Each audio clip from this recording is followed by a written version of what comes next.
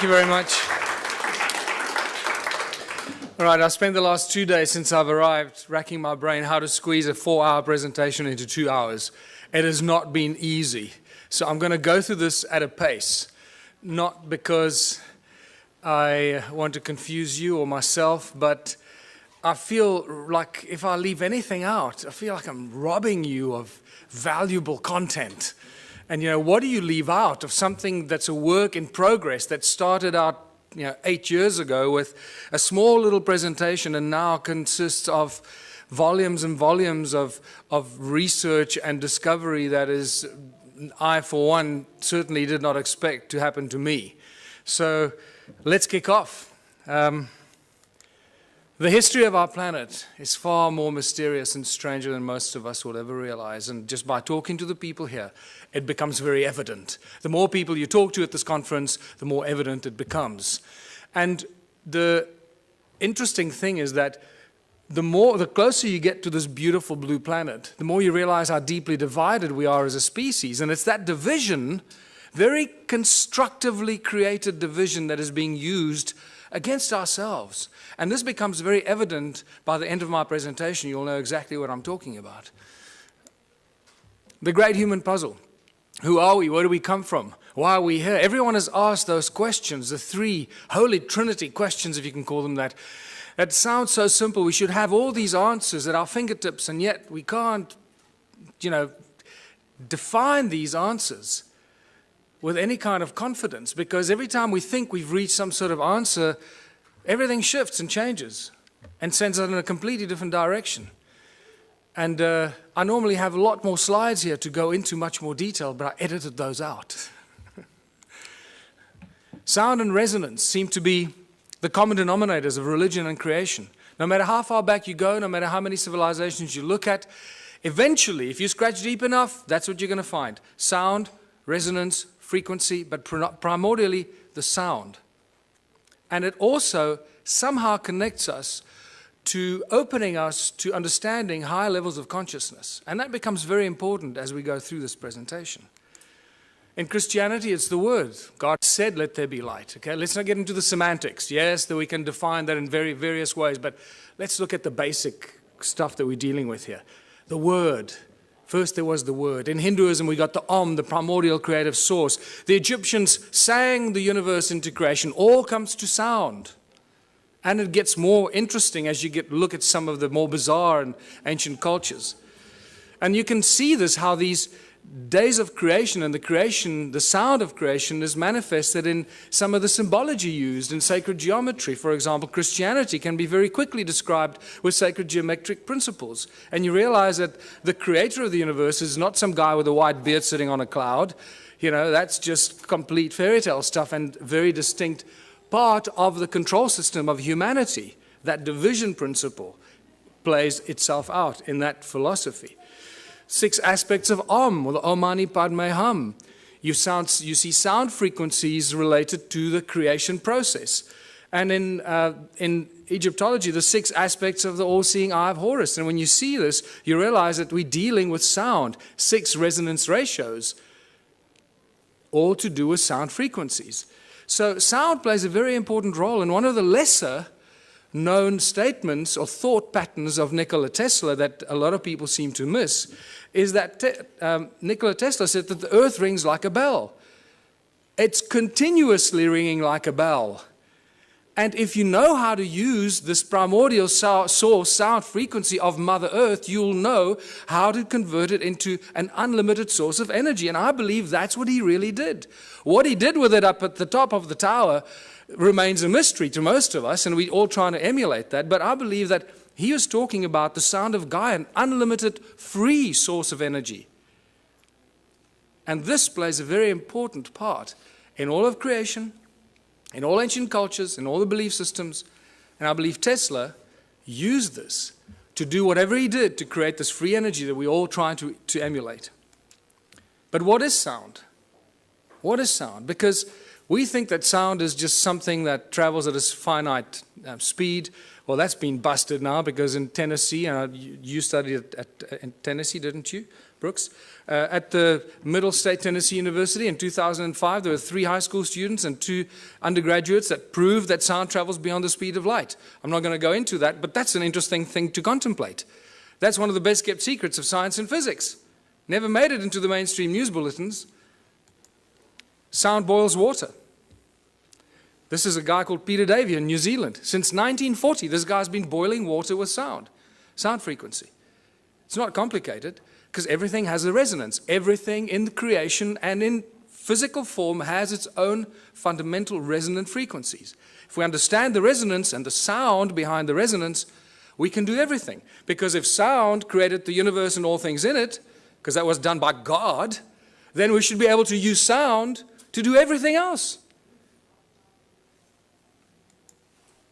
A 92-year-old Christchurch inventor claims to have come up with a novel way to make a cup of tea. He's invented a contraption that he claims uses the power of sound to boil water. Beverly Lockhart went to investigate. It looks like a desk lamp, is cool to the touch and appears to be doing nothing until it comes into contact with water.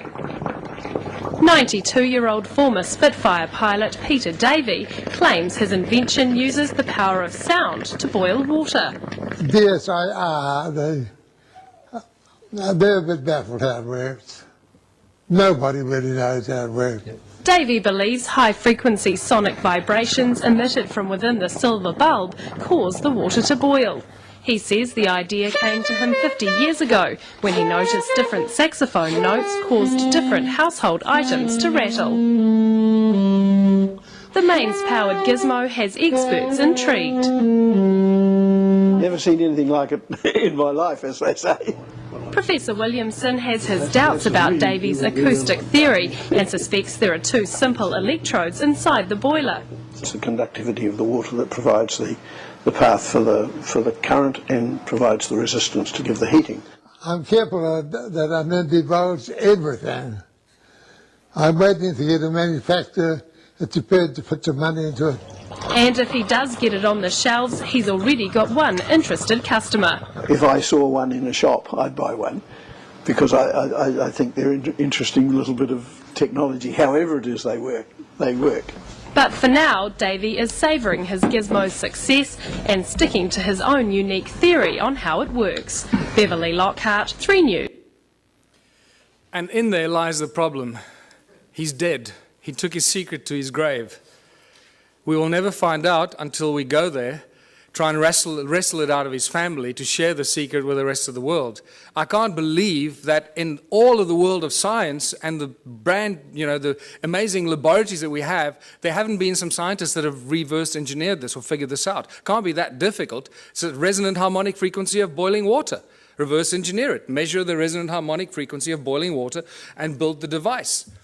I don't have the laboratory to do it, but I've asked so many people to go out and do it, and no one's done it. So, but what we learn from this experience is we're here at this conference talking about free energy. I believe free energy means free to the world, not just free that we can suck it out of the vacuum and then sell it to the rest of the world. That's no longer free energy. I believe it's crucial that we start thinking about free energy as when you find it, like this guy, give it to the world for free. Because if you don't, they're going to get to you, they're going to get rid of you, and no one's going to get it. They were waiting. I can imagine what they did when Peter Davey died. They breathed a sigh of relief, say, oh, thank God he's gone. And he was too greedy to tell the world how the simple thing worked. Thank God this human greed gene is so powerful that it prevents people from sharing this beautiful stuff. That's what I have a problem with. So what I urge anyone here at this conference to do, if you do find something like this, a source of free energy, do not keep it to yourself. Do not try and gain from the rest of humanity. Put it on the internet, make videos, put it out as widely as you can, share it for free with the world. It'll come back to you in abundance that you can't imagine. Yes.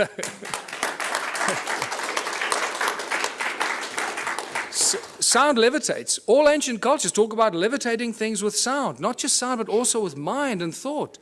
Now, we hear about it all the time, but until you see something being levitated by sound, it's difficult to comprehend. Here's a beautiful example. Most of the stuff exists on YouTube, but we don't go looking for it. So, Notice that you can hear the sound frequencies because the items they're levitating are very light. Remember, the higher the frequency, the higher the energy. So these polystyrene items are very light, so the frequency is lower frequency that's audible to our ears. So when you're trying to levitate giant blocks, you would need very high frequencies that you can't hear, and then it looks like magic. Also note that the sound source comes from two different sound sources, and it seems to levitate it at the cross point, the crossroad of the sound frequencies. That's what the levitation effect is. This is very important later in my presentation. And the knowledge of the ancient cultures.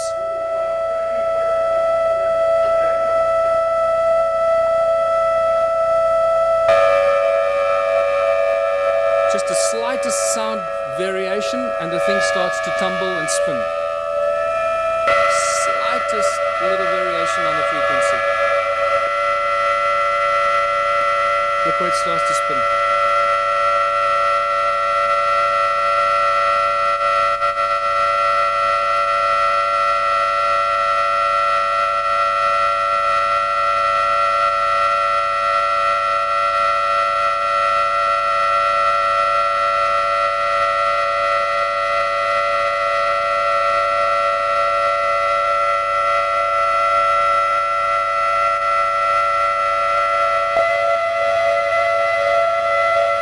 Real irritating noise, but you know, you have to put up with it too.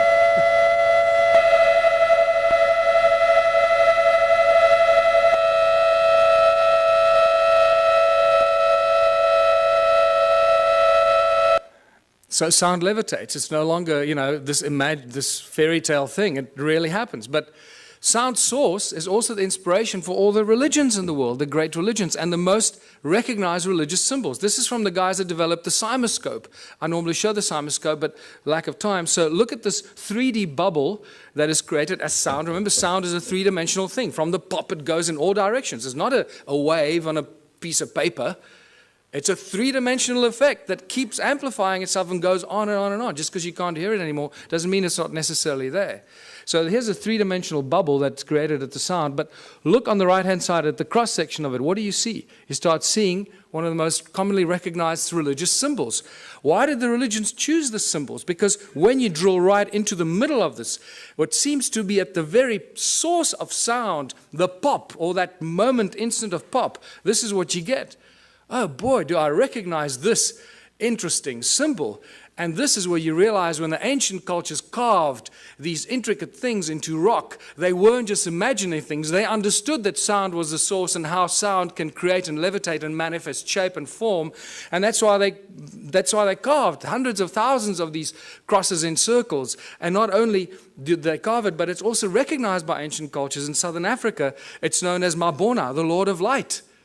Lord of Light, sound and light, the creator of all things, the source of all things. And you see this shape repeat itself in some of the most popular religious symbols, like the Coptic and the pagan crosses. You see the sacred geometric patterns imitate themselves in these symbols. It becomes very interesting because now you know where they get the symbols from. It all comes from sound. What does this have to do with ancient civilizations and evolution of consciousness? Well, everything, because the ancient cultures understood this. They understood the process. They understood the source. And they used the source of sound as a source of energy.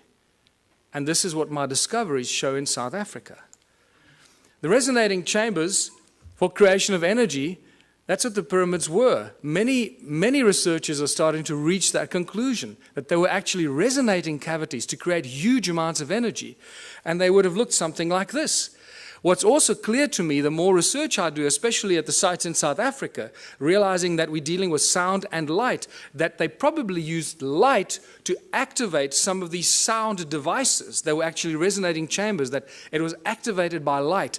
And this is why they were aligned with solstices and equinoxes with specific frequencies and energetic alignments of the movement of the sun that would activate these ancient sites and then bring them to life. Something like that.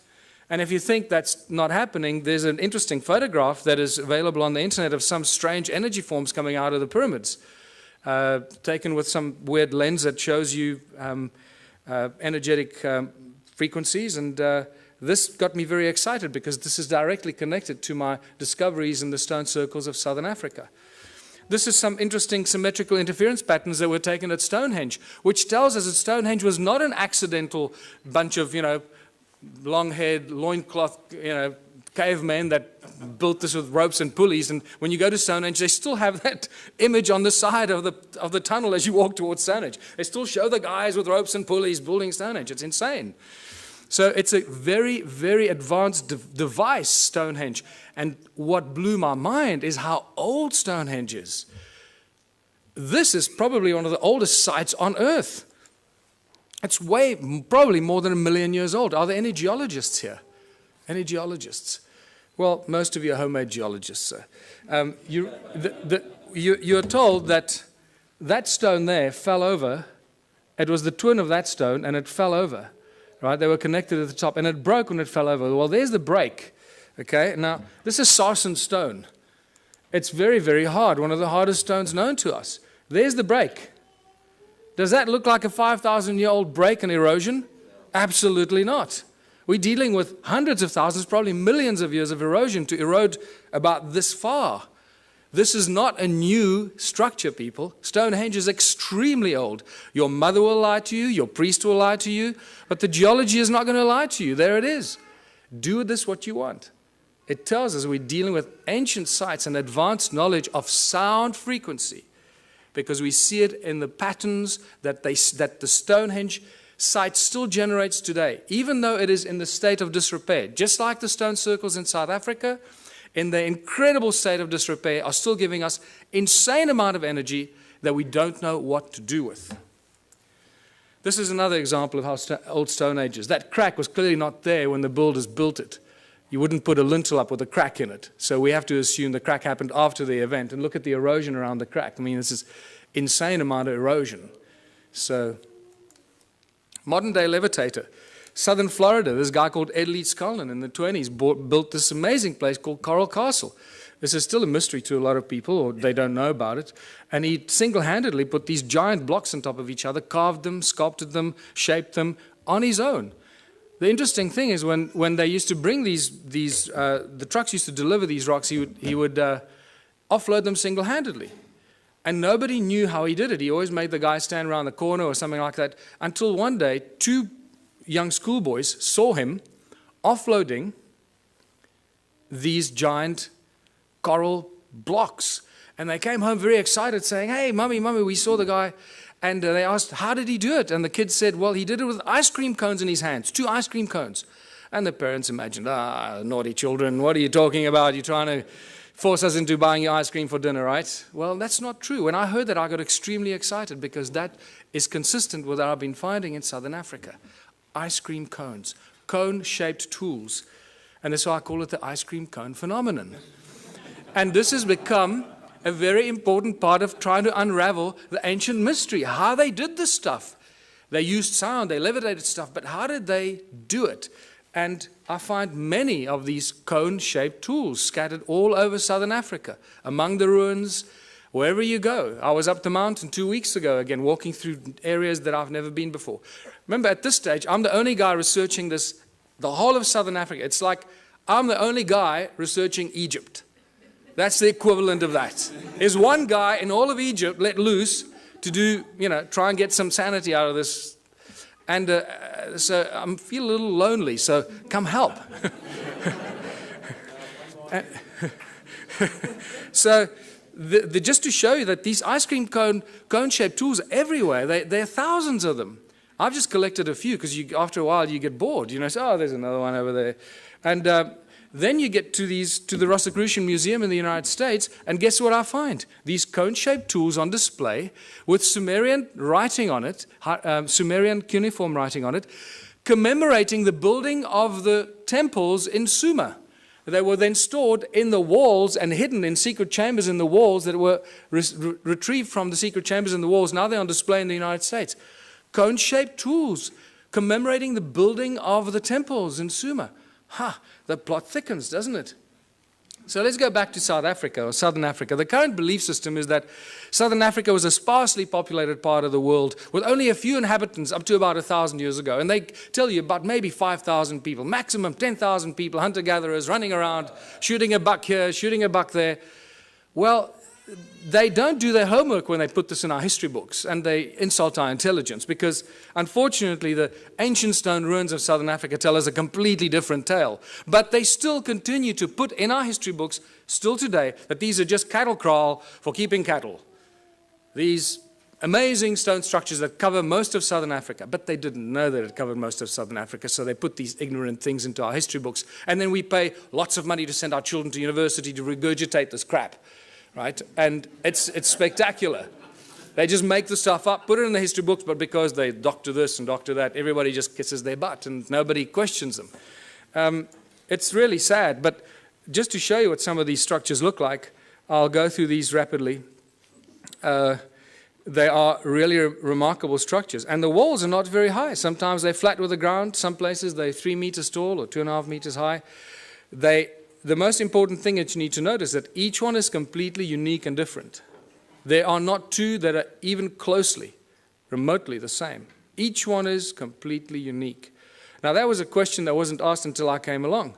What you also need to look at is the stuff around the obvious structures, not the structures themselves, because you'll see that there's a lot of stuff around the structures that is hidden by soil. It's not visible to you unless you're up in the air, like you're looking at from this vantage point. Otherwise, you don't even know it's there. You walk through the veld, you have no idea you're walking over ruins. And then when you look at it on Google, you say, oh my goodness, I was walking there, and I was walking right through all these ruins and these terraces. I didn't even know it while I was walking there. And this is the awakening that happens. I mean, let me just go back here. I mean, look at this horseshoe-shaped structure here, attached with a circle inside it, with a stone right in the middle of it, with these weird two, like, towers that lead you in there. And this arm of this from the center goes right through the middle of this. There's some weird stuff going on here that we don't understand. Look at all this stuff hidden by soil underneath, around this obvious ruin here. There's another horseshoe-shaped, ohm-shaped structure. And what does ohm represent in modern electronics and electricity? It's linked to vibration, frequency, the movement of current, and so forth, resistance. Look at all the stuff in between, covered by soil. You have no idea that there's much more of this stuff in between, connecting this one to that one. And then they build beautiful flower-shaped stone structures because they look like pretty flowers, right? Except you can only see it from the air. And they're all connected by these channels. There's a channel coming out of it and a channel running down there that's badly destroyed, and these strange hexagonal shapes. What is activity all about in Southern Africa? Always about gold. Don't you ever forget it. Always about gold. And remember, it's not the obsession of humans with gold, it's the God's obsession with gold. In Genesis 2, when Adam was alone on earth, Eve had not yet been fashioned from his rib. God comes to Adam and says, hey buddy, there's a place called Havilah. It's land full of milk and honey. The land is good, the water is good. And by the way, buddy, there's gold. What on earth is going on here? Why would God, the creator of the universe and all things in it, the commander of consciousness, want to tell Adam about gold? And it's in that one defining moment that you divide God with a big G from God with a small g. Huge, huge division. The twain shall never meet. And the Bible and ancient texts seem to be, especially the Bible, is constantly crossing those lines. What I find fascinating, scholars that have been studying the Bible for 30 years, their entire life, still keep crossing that line. God with a big G, God with a small g. The Elohim is a plural. The Elohim and the Anunnaki are the same beings, and I'll show you why. We've got conclusive evidence that the Anunnaki and the Elohim were the gods of the Bible, the gods with a small g, the malicious, malevolent beings that were after gold. The divine creator of all things does not want gold. He doesn't take credit cards, and he doesn't use money. And we'll get to that. The ancient history of Southern Africa is all about gold. You can't, the whole Monomotapa kingdom that was attacked by everybody from the north, and they could never be overthrown, the golden kings of Monomotapa. Fascinating story. Not many people are even aware of it. What do other ancient cultures or other ancient texts tell us? Well, the Sumerian tablets tell us in great detail about the Anunnaki.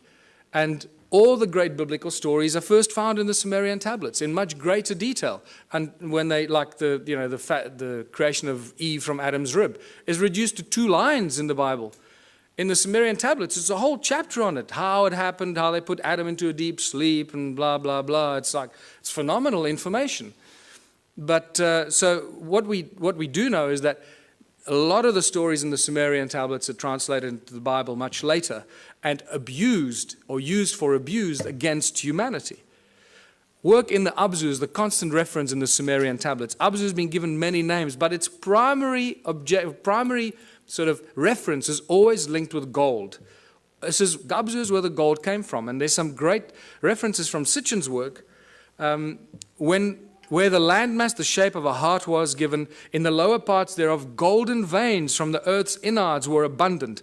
Abzu, of gold the birthplace, Ea to the region the name gave. And I draw that comparison for you to show what he's talking about. The Sumerian god Enki is inextricably linked to southern Africa and the gold mining empire. And in my longer presentations, I go into more detail why I say this, but it's just overwhelming. It keeps coming in waves and waves, how Enki is linked to southern Africa and the gold mining empire that he set up there some 400,000 years ago. Now, Enki is not unknown in African ancient history. Creator Mutwa told me that Enki is known as Enkai, the creator of the human race. Just to throw that at you. And it gets weirder and weirder the deeper you go into this. And then Enki decides to create a species because they needed help to get the gold out of the mine. You can't just use machines. Machines break. And it's much easier to clone a species and train them and let them do this stuff, because if they die or get sick, then you just replace them. It's better than building machines. They just breed on their own. Look what they've done. 7 billion. Great breeders, these machines, these slaves. Let us create a Lulu, a primitive worker. The hardship work to take over. Let the being, the toil of the Anunnaki carry on his back. Tells us very clearly what these guys were up to down there. Planning to create the Adam, Adamu. A primitive worker shall be created. Our command will he understand. Our tools he will handle. To the Anunnaki in the Abzu relief shall come. So we know that the Anunnaki were in the Abzu. They were doing something. They needed relief. And for this they needed a slave, and they cloned it. And boy, did they do a good job. This is fantastic reference to Enki's house, his mines, and his technology. In the midst of the Abzu, to a place of pure waters, Enki betook himself. In that land, a place of deepness he determined for the heroes into the earth's bowels to descend. Before they cloned the slaves or the human race, they referred to the Anunnaki who were doing the gold mining as the heroes, because they were doing the hard work in the gold mines. So for the heroes into earth's bowels to descend. The earth splitter that Enki established. Now I'm going to show you the earth splitter because this is one of my discoveries in South Africa. Therewith in the earth a gash to make, by way of tunnels, earth's innards to reach, the golden veins to uncover. Boy, now that we found the physical evidence in South Africa and Zimbabwe, mostly, suddenly Sitchin's work becomes like poetry, because we can point to what he's referring to. We've got the physical evidence for which he's often undergone a lot of criticism, Oh, he's making this stuff up. Well, anyone who's still a naysayer about Sitchin's work, wake up. We got the physical evidence. It's there in beyond believable abundance. Is there a ruin or a settlement that could be linked to Enki? Absolutely. And this is Great Zimbabwe, the greatest ruin in southern Africa. It has to be the biggest, right? This is just a spectacular place. And just to show you, some of the walls are 10 meters high and 6 meters wide. Great Zimbabwe is a spectacular sight. And it has got Enki's energetic imprint all over it. Any of you that do energetic work, go and look at it. You're not going to believe your eyes. What's so special about the ruins in southern Africa? Well, they're very special cattle kraal for very special cattle, because this is probably where the word holy cow comes from. Because most of these cattle kraal are built aligned to the sun and the stars and the equinoxes and the solstices, and wow, they went to a lot of trouble for these cattle, didn't they? And the sacred geometry, and you start seeing how sacred geometric principles just jump out of these structures, and you realize, hold on, this is not just somebody building things, to pass time. And clearly this was easy to these people, because every single one of these ruins that is measured, and this is all Johann Heine's original pioneering work for which you'll always be remembered, because every ruin that he's measured so far turns out to have these very intricate alignments. And this is spectacular. And you'll understand why this is so spectacular when you realize how many of these ruins there are. These, look at this, they're perfect, and you draw a circle over there, which doesn't look like it's real. But when you extrapolate that flat line into the circle, you get a perfect hexagon. When you start joining the corners of the hexagon, look how it touches the inner circle perfectly. This is not accidental, people. This takes real exact science and understanding. There you go. So these structures down there are not just simplistic structures. They carry huge amounts of energy. And important to note that there are no doors or entrances. This is an important thing that you find in some of the archaeological reports, and they say, oh, there are no doors and entrances, and then they forget about it. And then they tell you, it was probably built by a migrating group of 15 to 20 people, and they built it. And you say, hold on, you just told me there are no doors and entrances, and now you're telling me that it was built by people as a dwelling. So what's going on here? What are we dealing with here? And you don't get intelligent answers from the so-called authorities on this. And agricultural terraces. Thousands of kilometers of agricultural terraces. In fact, more than 450,000 square kilometers of agricultural terraces in a sparsely populated part of the world. Who built these terraces? What were they planting in these terraces? What's going on here? It doesn't fit. It doesn't match. Terraces are everywhere. When you start looking and opening your eyes, mountains are covered by these terraces. This is in Botswana. This is in Lesotho. There are terraces up some of the most incredible steep mountain sides that don't make any sense. In fact, if you go into Google Earth and you look at Lesotho, I challenge you to find any part of Lesotho without terraces. It's actually quite incredible. There are just terraces everywhere. And there's just been no people down there to build these terraces, so where do they come from? This is one of the greatest examples, because you can see the channels that link them, the circles and the terraces, all one giant grid. Nothing stands alone. Remember I told you, look at around the circles, the stuff hidden by the soil, because there are no standalone circles. They're all part of a giant grid, a huge grid. No standalone, all connected by these weird channels that are clever people at university call roads to drive the cattle on. This is why these roads are there, because they were built because the people 200 years ago built them to drive their cattle on. And that's as far back as they go. Maybe 400 years ago, that's it. This is just spectacular. This is right up the road from where I live. So when I leave my house and I go walking in the mountains, this is what I walk in these places. And it's rather silly. So I take a lot of photographs and I write a whole bunch of stuff, and then I come talk to people like you, and I feel like I'm, alone, lost in the world.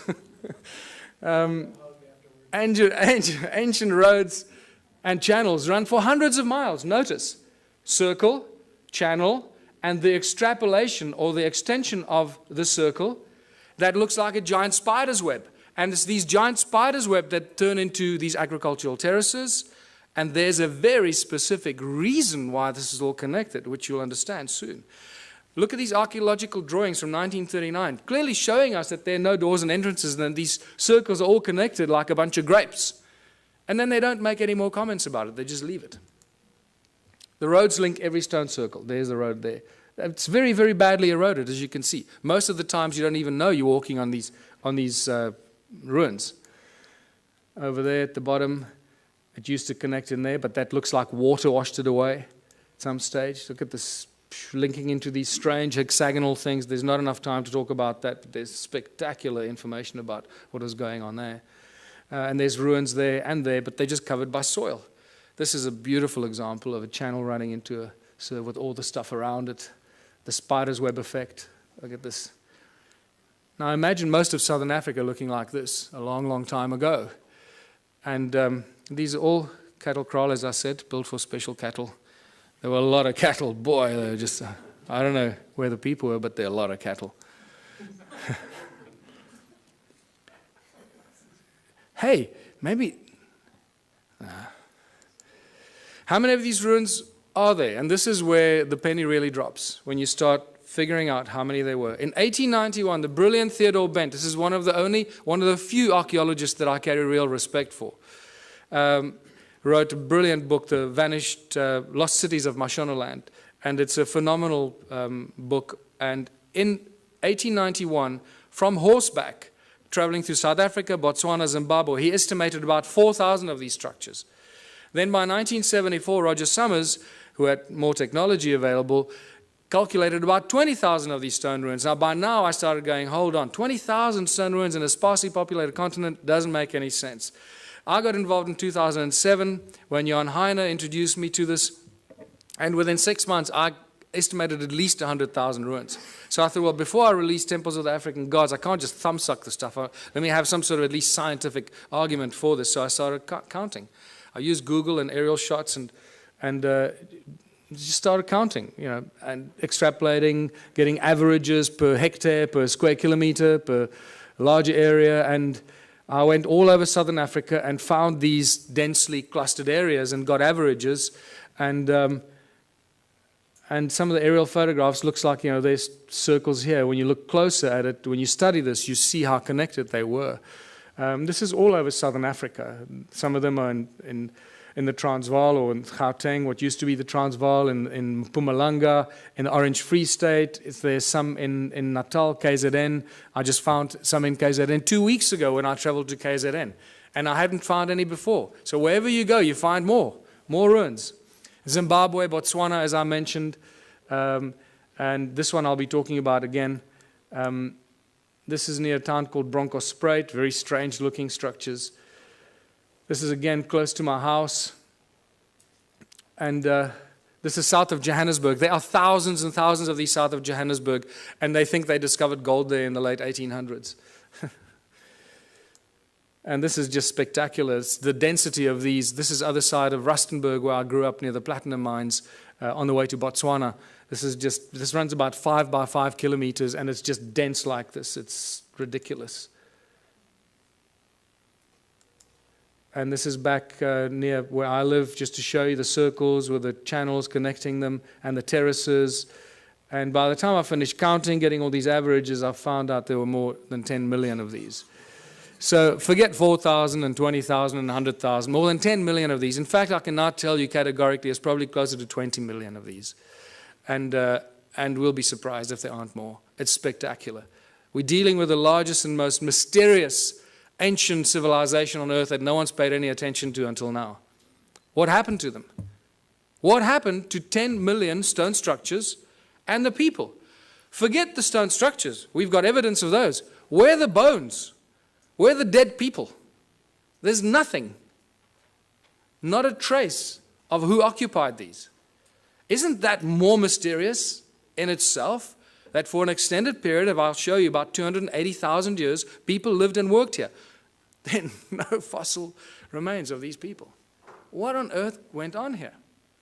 This is where you start listening to people like Drunvalo Melchizedek, when he says that, human populations have been evacuated and moved from one planet to another.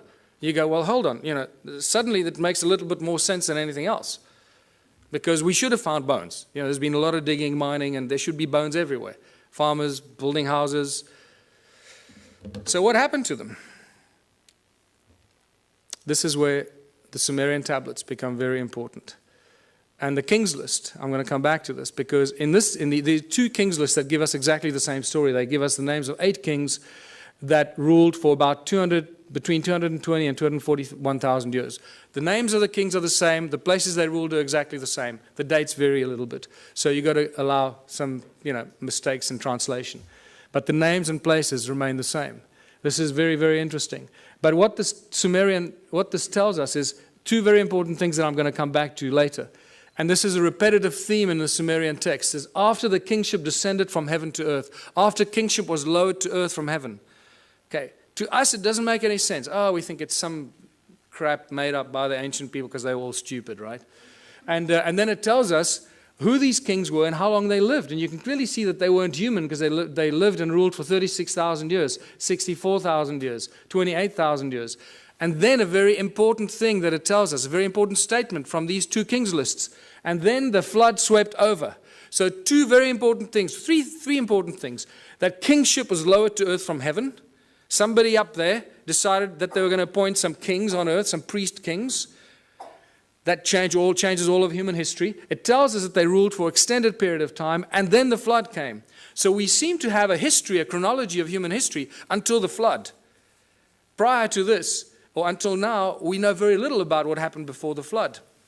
And this is very important. So I believe that when they say the flood came, that's what destroyed these ruins.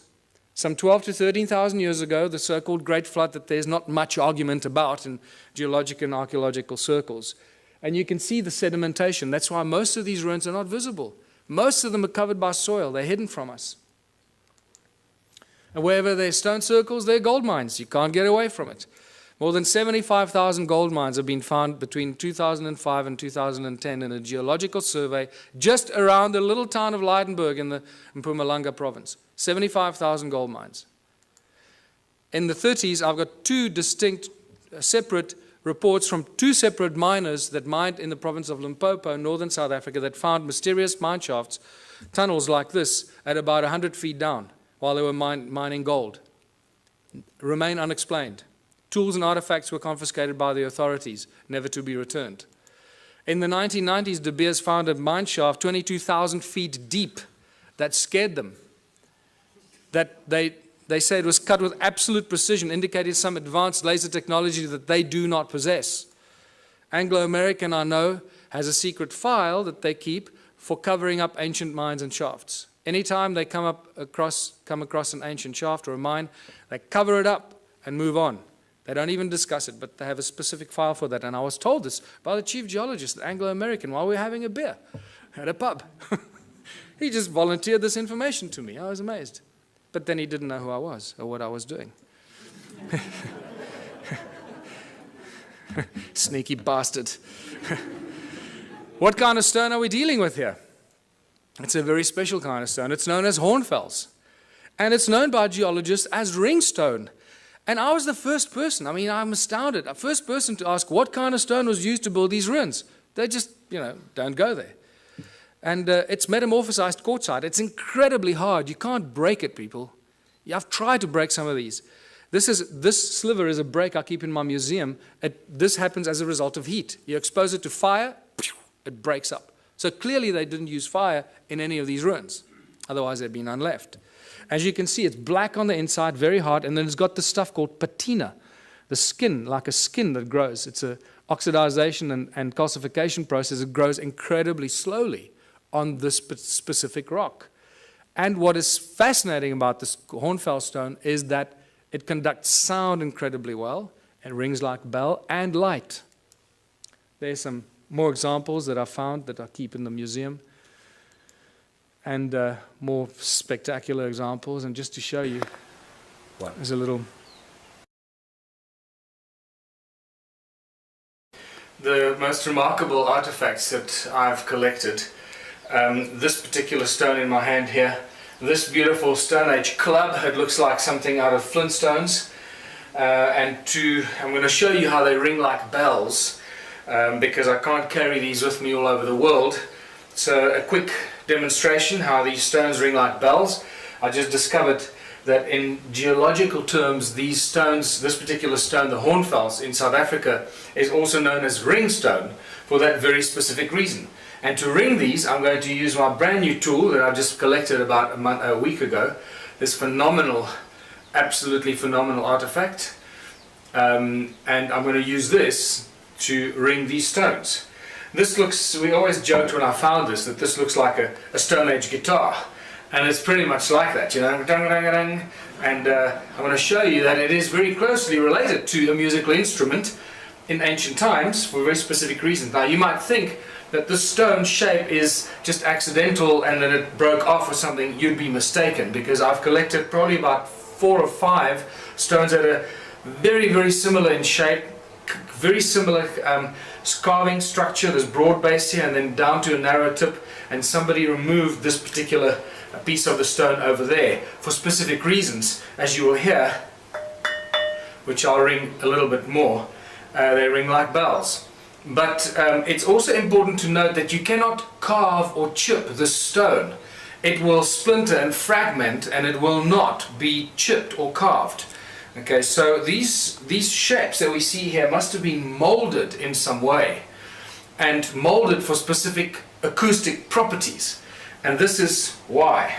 You've got to hold it a very specific way to make as little contact as possible to get it to ring and resonate at its optimum. Now remember, it's also covered in patina, the skin of the rock, this brown reddish color that covers the rock, that is no longer the original black or charcoal color, the original color of the metamorphosized quartzite that's underneath. And that's how it rings.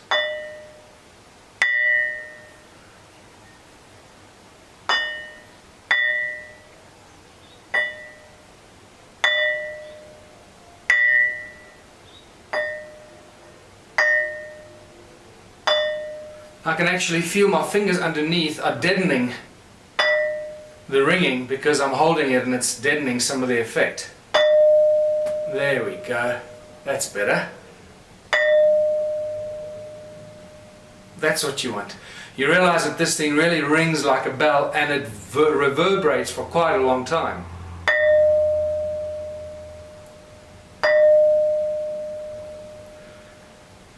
Alright, and now to show you that this is not the only one, here's the other one. The Stone Age Club. And I drove over this myself a few times, driving up the mountain of the forest road, and eventually I stopped and picked it up because I realized this is one of the most remarkable tools that you will ever find, and thank God I did.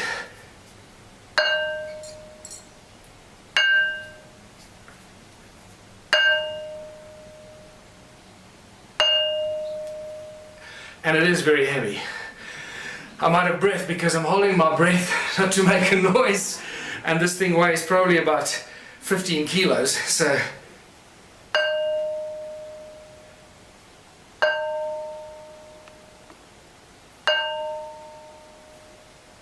and there you go. Demonstration how these stones ring like bells, and they were used in all kinds of ways and fashions, just like the ankh, to create specific vibrational frequencies and specific notes to use as a form and a source of energy. And just to remind you, metamorphosized quartzite is full of what? So we can talk about this later when we start getting into the consciousness principles. What are we really dealing with here? And what do these ancient sites contain? How much information is actually stored in these ancient sites? Yes? Just a quick question with the stones there. I noticed that the frequency was the same. It seemed to be the same note. Did you actually ever try and measure the exact frequency? Yes, we did. We measured. Well, not those two. I haven't tested those two. But somebody emailed me. I get thousands of emails. Somebody emailed me saying that's a B flat, I think. That is very important, but it's just not enough time to go through all the stuff. Sorry. And then all these anomalous tools I've been collecting and finding. Strange tools. Once again, some of them are these cone-shaped tools, always to these points. And then the stone phallus. Stone phalluses seem to be very popular in these ancient times. What's important to note, see how the patina has covered all of them, remember? Somebody must have carved them or shaped them at some stage. And they're all covered in this brown patina. Okay, keep that at the back of your mind. This is at top of the big ruin on top of the mountain there. That's spectacular, whatever that is, a bird-shaped stone, or there's a whole other link to the Zimbabwe birds that is in here, but we can't go there. These strange tools and artifacts that are just spectacular, that make no sense to us today, because it's not part of normal archaeological, stuff that they exhibit. And then the most spectacular mystery in all of archaeology, the sacred stones. The special sacred stones. Hundreds of thousands have been found in southern Africa. Now, because we had a breakthrough energy conference, you'll automatically notice that they resemble a torus shape. So I'm giving you a little hint as to what these are for. But in South Africa, the Archaeological Society has it as a logo, and they will still teach you that these are weights for digging sticks. That the people made them in the hundreds of thousands, when there were only a few thousand hunter-gatherers, because this is from the Stone Age, right? So there were no metal tools. They made this with other stones because they needed weights for their digging sticks when they were digging for roots in the veld. I can't think of anything more insane. These people should be locked up. Where's the flagship among all these ruins? And this is where we get to the very important Adam's calendar. It was rediscovered in 2003 by Johann Heine, and he'll always be remembered for that, because this is one of the most spectacular discoveries in all of human archaeological history. These are the two central calendar stones. Baba Kreda Mutwa, the preeminent African shaman, told me when I saw him, there you can see Adam's calendar, my other book lying on the desk. When I showed him this book, he burst into tears and took quite a while to calm himself down. He said he never thought he'd see that sacred place again. He was initiated at this place in 1937 as a young shaman, and he calls it Inzalo Yelanga, or birthplace of the sun. Specifically the S-O-N, not S-U-N, because it is believed by the shaman that this is where the gods created humanity, birthplace of the sun. That's what it looks like from a helicopter, circular structure, that is north, that is south, not the trees, the stones under the trees. They're the two central calendar stones, and over there you see a wooden pole, that's where the stone man used to stand, and right from the stone man across there, across the Horus bird lying there, which you'll see, we're looking east, exactly east at the rise of the sun. On the edge of this cliff, which is known as the Transvaal Escarpment. There's looking north, exactly north, between the two stones. You can see north-south line goes right between the two central calendar stones. And why is it a calendar? This is Johann Heine showing me of our very first visit there, why it's a calendar. And he did all the original calculations when he rediscovered it. This setting sun casts a shadow, this rock casts a shadow on this one, and you can tell every day of the year, from the summer solstice on this side until the winter solstice on that side, and it comes back. So it's still an accurate calendar. And one of the few that I know, I can't think of any others that do this, monolithic calendars or Stone Age calendars. This is a 3D reconstruction that we did, putting the stone man back in his place, who was removed in 1994 by the Minister of Environmental Affairs, to put a plaque on it to commemorate the opening of the Blue Swallow Nature Reserve. Isn't that ironic? Desecrating one of the oldest sites on Earth. And then they try and prevent us going there because we're bringing tourists there and we're desecrating the place. And there you have, looking out east from the stone man across the calendar stones, very distinct Horus stone, looking at what? 3 stones that seem to align with those pyramidal structures over there, that are aligned with the rise of Orion over there. But you'll see more about that now. How do we date the stones? We look at everything. I'll look at anything, because you can't date stones. So you got to look at everything. Use your, do what the guys in CSI do. Follow the clues and the evidence. And what makes most sense, you have to go with that. So first of all, every stone there is known as dolerite. It doesn't belong there. It is now categorically proven and shown from geological studies that those stones do not belong there. They were brought there by somebody to build the calendar site. That's the edge of the Transvaal Escarpment. It's known as Black Reef Quartzite, and it's full of gold. There's a gold mine underneath that ridge, actually, an ancient gold mine. The erosion, that piece there broke off there. That's the erosion on the tip of that ridge, on the break.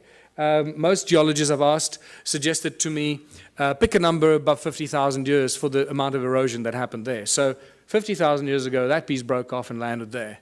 Right? So now we're starting to get to the ancient age of this. But this is one of my best, is the patina growth, because I've told you already that these tools have been molded and shaped, and the patina has grown back. That's what it looks like when the patina is gone, black, and then the patina grows back.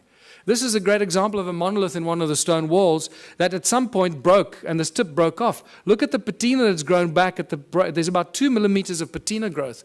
We're dealing with something. This patina is known to grow at about 1,000 years per microscopic layer. 1,000 years per microscopic layer. So for a millimeter or 2 millimeters of patina, we're dealing with something that's 100, 200, 300,000 years old. We don't really have a measure for it, but it's extremely old. And we know that this is not normal archaeology. Look at this beautiful carving of one of the stone structures. So not only did they build the stone circles, but they first carved them into rock. This is another interesting part of this presentation that I normally go into a lot more detail. But look at, after they carved this crack appeared through the rock. This hornfels stone, you should see the black of the hornfels on the crack. On a fresh crack, you'll see the black of the hornfowls. But it's so old that the patina has grown into the crack and completely covered up the black color. So this shows us how old this carving is. So we're dealing with probably 50 to 100,000 years old that this carving is. So these are the kind of indicators that we have to use when you deal with this kind of evidence, because you can't follow the normal archaeological routes. They just don't have the tools to do that. But this, my friends, is by far the most important discovery, I believe. If you look at the circular, you can see the whole Adam's calendar is a circular structure, north-south. But the first thing that you notice is that it's not at 12 o'clock. It's not true north. It's slightly left of center. So Johan Heine and I had it measured, and we found out that there's a 3 degrees, 17 minutes, and 42-second deviation anti-clockwise. Now, that's not possible, because we're not dealing with magnetic north. We're dealing with true north. And at first, we thought that this had something to do with the precessional wobble. So I spent a lot of months trying to analyze and speak to experts in precessional counting and all that. And I realized, hold on, I'm barking up the wrong tree. This is true north. Wherever you are in the precessional wobble, true north stays at true north, right? So what's going on here? This is 3¼ degrees deviation. I believe that the man that holds all the information is Charles Hapgood, who's been trying to teach us about crustal displacement and crustal shift. I believe that Adam's calendar is a real geophysical example that crustal shift displacement did happen, because these guys did not make mistakes. They would not have accidentally built at 3¼ degrees out of alignment. It's not going to happen. So, we know that crustal displacement happened, we just don't know when. But here we have physical, geophysical evidence that it did occur. And then obviously the Orion connection. You can't get away from the Orion connection. All ancient cultures do it. I've mentioned it already, those three. There's your Horus stone, and look at that distinctly carved rock there. Those three, if you lift them up, they align precisely with the rise of Orion's belt when it was flat on the horizon. I've had 2 separate calculations done by 2 separate astronomers. Both of those will be wrong, because none of them took into account that 3¼ degree misalignment. So, but it just shows you that their calculations are really, really old. That's really interesting. I didn't cross-examine on them. And just to show you this beautiful Horus stone, I discovered that one morning when I went there with another guy very, very early when I started doing this exploration. And that stone was covered by soil. So we couldn't see. I didn't know that it was actually a Horus or a bird-shaped stone. But then when I moved the soil away from about there, suddenly this beautiful head and nose appeared. It doesn't look like much from here, but there's nothing to stand on to take photographs. You know, if I take one step backwards that way, I fall off the edge of the cliff. So, and there you go. It's about 3.5 meters tall. There's a fat belly there that you can't see on this angle. And the nose is broken off. That's probably maybe another foot there that would have extended. If you lift it up, there you got it, reconstructed. Adam's calendar. When I called it Adam's calendar, I had no idea how close to the truth it was. This is where humanity was created according to ancient African culture, where the Anunnaki artificially, genetically created the Adamu, the human species that we all belong to in various forms and shapes. And then we get to the discovering of the pyramids. The mystery just, gets better and better. Look at that. This is one of the first pictures taken of Johan in 2003 when he started measuring the calendar and finding out all these mysteries. One of the best pictures, because I've been there thousands of times and you just don't get good pictures of the pyramidal structures. There's a third one, a little one over there, just sticking its head out. I've been told through various means that there's about 30 meters of sedimentation down there. So we're only probably seeing half of those pyramidal structures because of the flood, remember? The flood that destroyed all the stuff. That would have covered all of it. Why are they pyramids? Why am I so convinced they're pyramids? For various reasons. First of all, when you go into Adam's calendar, the moment you cross the circle, because there's no obvious circle, it's an imaginary circle. The moment you cross that circle with your GPS, you lose signal. Okay, it works here. The moment you walk in there, your signal is gone. And I love the macho guys. They just love it. Oh, my GPS will work. You'll see. I'll show you how my GPS works. And they go in there.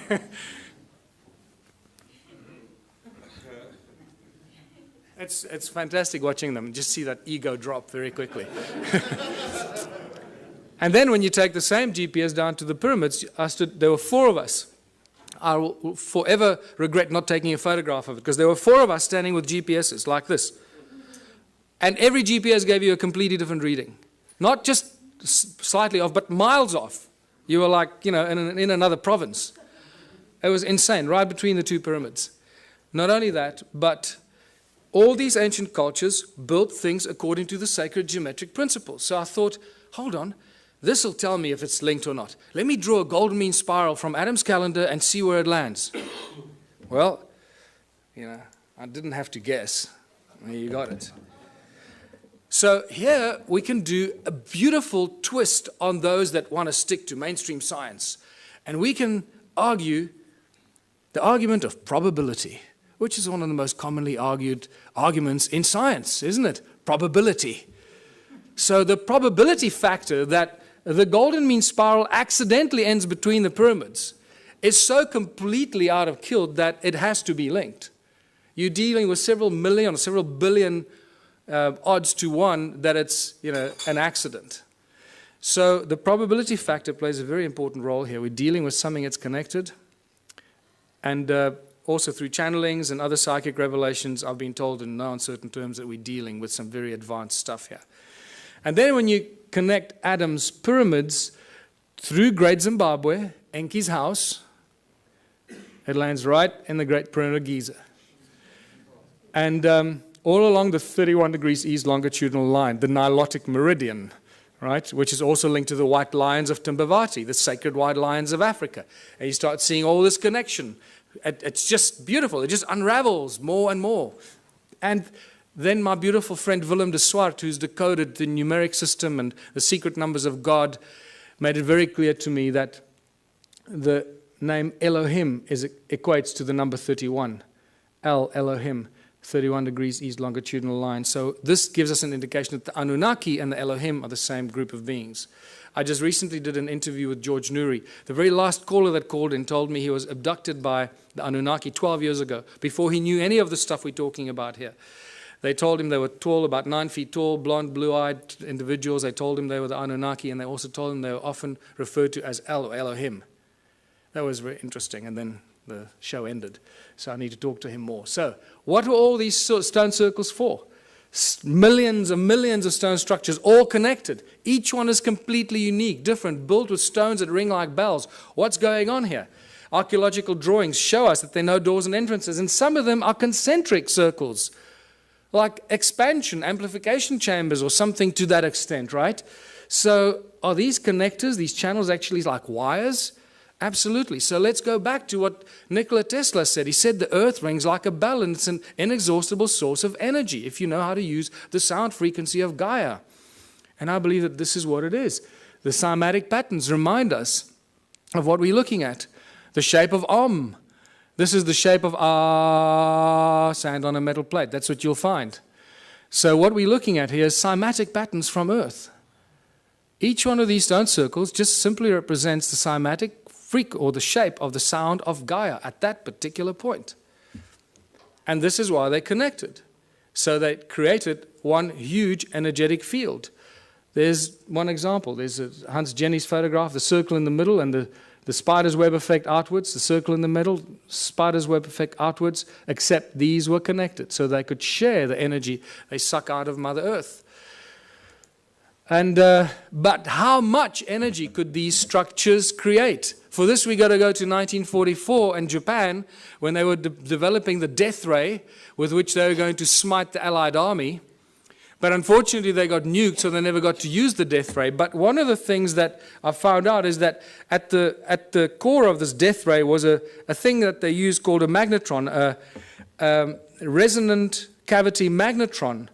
Well, this is, you start a frequency in the middle, you amplify it in these resonant cavities until you decide when you want to take it out of the wires. And that magnetron is used in laser beams, it's used in microwaves, it's a technological tool used in many applications. This has got a little magnetron in it, or a klystron, I think it's called in this. And then it goes through what? It goes through a crystal to focus the light. Right? So if you're working with light, you need to use crystal because it lets the light go through it. Right? So I believe that this magnetron was used. There you go. If a magnetron a few centimeters in diameter could fry the Allied army, how much energy can a magnetron 22 meters in diameter create?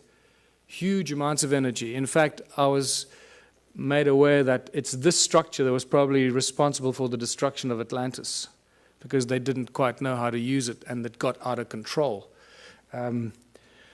So I believe when you read those translations of Sitchin, where he says Enki built the earth splitter with which in the earth a gash to make, I believe this is the earth splitter or something like that, creating huge amounts of energy, putting it into the giant grid, giant energy grid that connected all these stone structures in southern Africa. And that's really what it was. Everything was linked to the mining of gold. None of these were dwellings, people. We're dealing with a giant energy and work grid for the extraction and the mining and the processing of gold. And then get to the measuring of these stone structures. And I found a guy who had a very interesting device that he measured without me, and then I came back from America and I heard that he went and measured these. I called him back. I said, I want to go back and do it with you. So I went with him, and he used to work in the satellite industry for Centec. Interesting guy. And the measurements that he showed me were just mind-blowing. Electromagnetic waves, either horizontal or vertical, coming out of the ground into the sky. Sound frequencies in hertz, the loudness in decibels, and also what he calls the heat signature. The heat signature that he explained to me, he measures up to, it's the average temperature of the ground below the soil, below the surface, down to about 300 meters. He's got all kinds of ways that he calculates this. I can't explain to you exactly how he does this, but I asked him several questions to cross-examine him to see if he was not, making it up, and it stayed constant. So I believe that he does have a system to work this out. This is what he measured. The outside, the heat signature anywhere outside here is 5.5 degrees Celsius at the surface of the ground. The moment you move the device in there, it shoots up to 29 degrees. So it's 5.5 degrees, 29 degrees. 5.5 degrees, 20. There's no scientific explanation for that we have right now. You go in there, it goes up to 33 degrees. 5.5 degrees, 33 degrees in the middle. What's interesting, the electromagnetic field here runs at the equivalent of about 280 megahertz, but it's vertical, straight out of the ground into the sky. So it's a column of energy out of the ground into the sky. Over there, it creates like a dome-shaped effect over the circle, because you also lose GPS when you go in there. So I can now understand why you lose GPS, because it creates the circle. There's no electromagnetic activity outside. The moment you go inside there, you pick up this horizontal electromagnetic effect, equivalent to about 480 megahertz. And he went into more explanation to me exactly how, sorry, let's go back here. And then the sound frequency he measured coming out of these walls at 14.5 gigahertz. Now, we don't measure sound frequencies at those. This is really mysterious. So, and at 72 decibels coming out of these walls. And then we went up to this one here, and it got even worse. Measured 33 gigahertz sound frequencies coming out of these walls inside here. 33 gigahertz. When you walk along this channel that ran in here, the wall was broken there, but the channel runs in there. It started like 5 degrees. It keeps going up. As you walk there, that heat signature keeps rising. By the way, the heat signature, he explained to me, can only go up to about 80 degrees Celsius, at which point it suggests that you've got a volcano under you, about 300 meters below you. So that's how he's calculated it. And so at 80 degrees is the max, and nothing more is possible. So we go from 5.5, and by the time you get here, it's at 33 degrees. Around 30 degrees there. When you go from outside there, 5.5 degrees, onto that little attachment there, inside, shoots up to 58 degrees. 5.5 degrees, 58 degrees. There's just no reason why it should be doing that. And then the electromagnetic waves, once again, there's a dome-shaped horizontal effect that happens inside here at that frequency. And it's horizontal. Also, this is why, when we did ground-penetrating radar, I used the world's leading company to do ground-penetrating radar on 3 structures. This is one of them. There was another one of those flower-shaped ones, and then at Adams Calendar. And all the way through the ground-penetrating radar exercise, I kept asking the guy, are you getting GPS signal? And he says, yeah, sure. And he had a really big GPS thing on his back, and I thought, okay, well, our measurements are down the drain. That's it. The guy was lying to me. And then I waited, after working like a dog for a whole long weekend, because to do this GPR is not easy. The GPR devices are not meant for rocky terrain. You've got to drag this big box up the rocks and down the rocks, and I had to do the dragging. So I worked my butt off for the whole weekend expecting some results. So, you know, a week goes by and I phone the guys in Joburg and I say, have you got any results for me? I'm dying to see the results. And they say, yeah, no, we've got some problems with, I'll get back to you. A month goes by, nothing. 3 months go. Eventually I said, just tell me what's going on. He says, look, we got real problems with the GPS. Everything's just completely scrambled. I don't know what happened. I'm really, really sorry. But it's just like complete garbage. This has never happened to us before. So I went, don't worry, it's okay. You made me the happiest guy in the world. Because now I know that our measurement's accurate. It looks like you're getting a reading, but you're getting garbage. So when they put it in the computer nearly blew up. It said, sorry, buddy, I don't like what you're feeding me. And then we get to Adam's calendar, and everything we know, or we think we know, just flies out the window. There's the imaginary circle once again. And as you approach it, the heat signature is at 9.5 degrees. It's a little higher than the other places. As you cross that imaginary circle, remember there's no wall. So 9.5 degrees, as you cross in there, it shoots up to 77 degrees. 9.5, 77 degrees. But then when you go in between the two calendar stones, it shoots up to beyond 80 degrees, beyond what suggests you're standing on a volcano. This is bizarre stuff. So is it the human that enters there that makes the change? Or if you leave a thermometer in there, is it the temperature? It's not a thermometer. No, this is special calculation. It's a heat signature. It's not the temperature of the ground. Okay, so it's, again, it's the average temperature that he explained to me, about 300 meters below the surface. Going up in temperature, suggesting that at about 80 degrees, that heat signature would equate to a volcano, volcanic activity.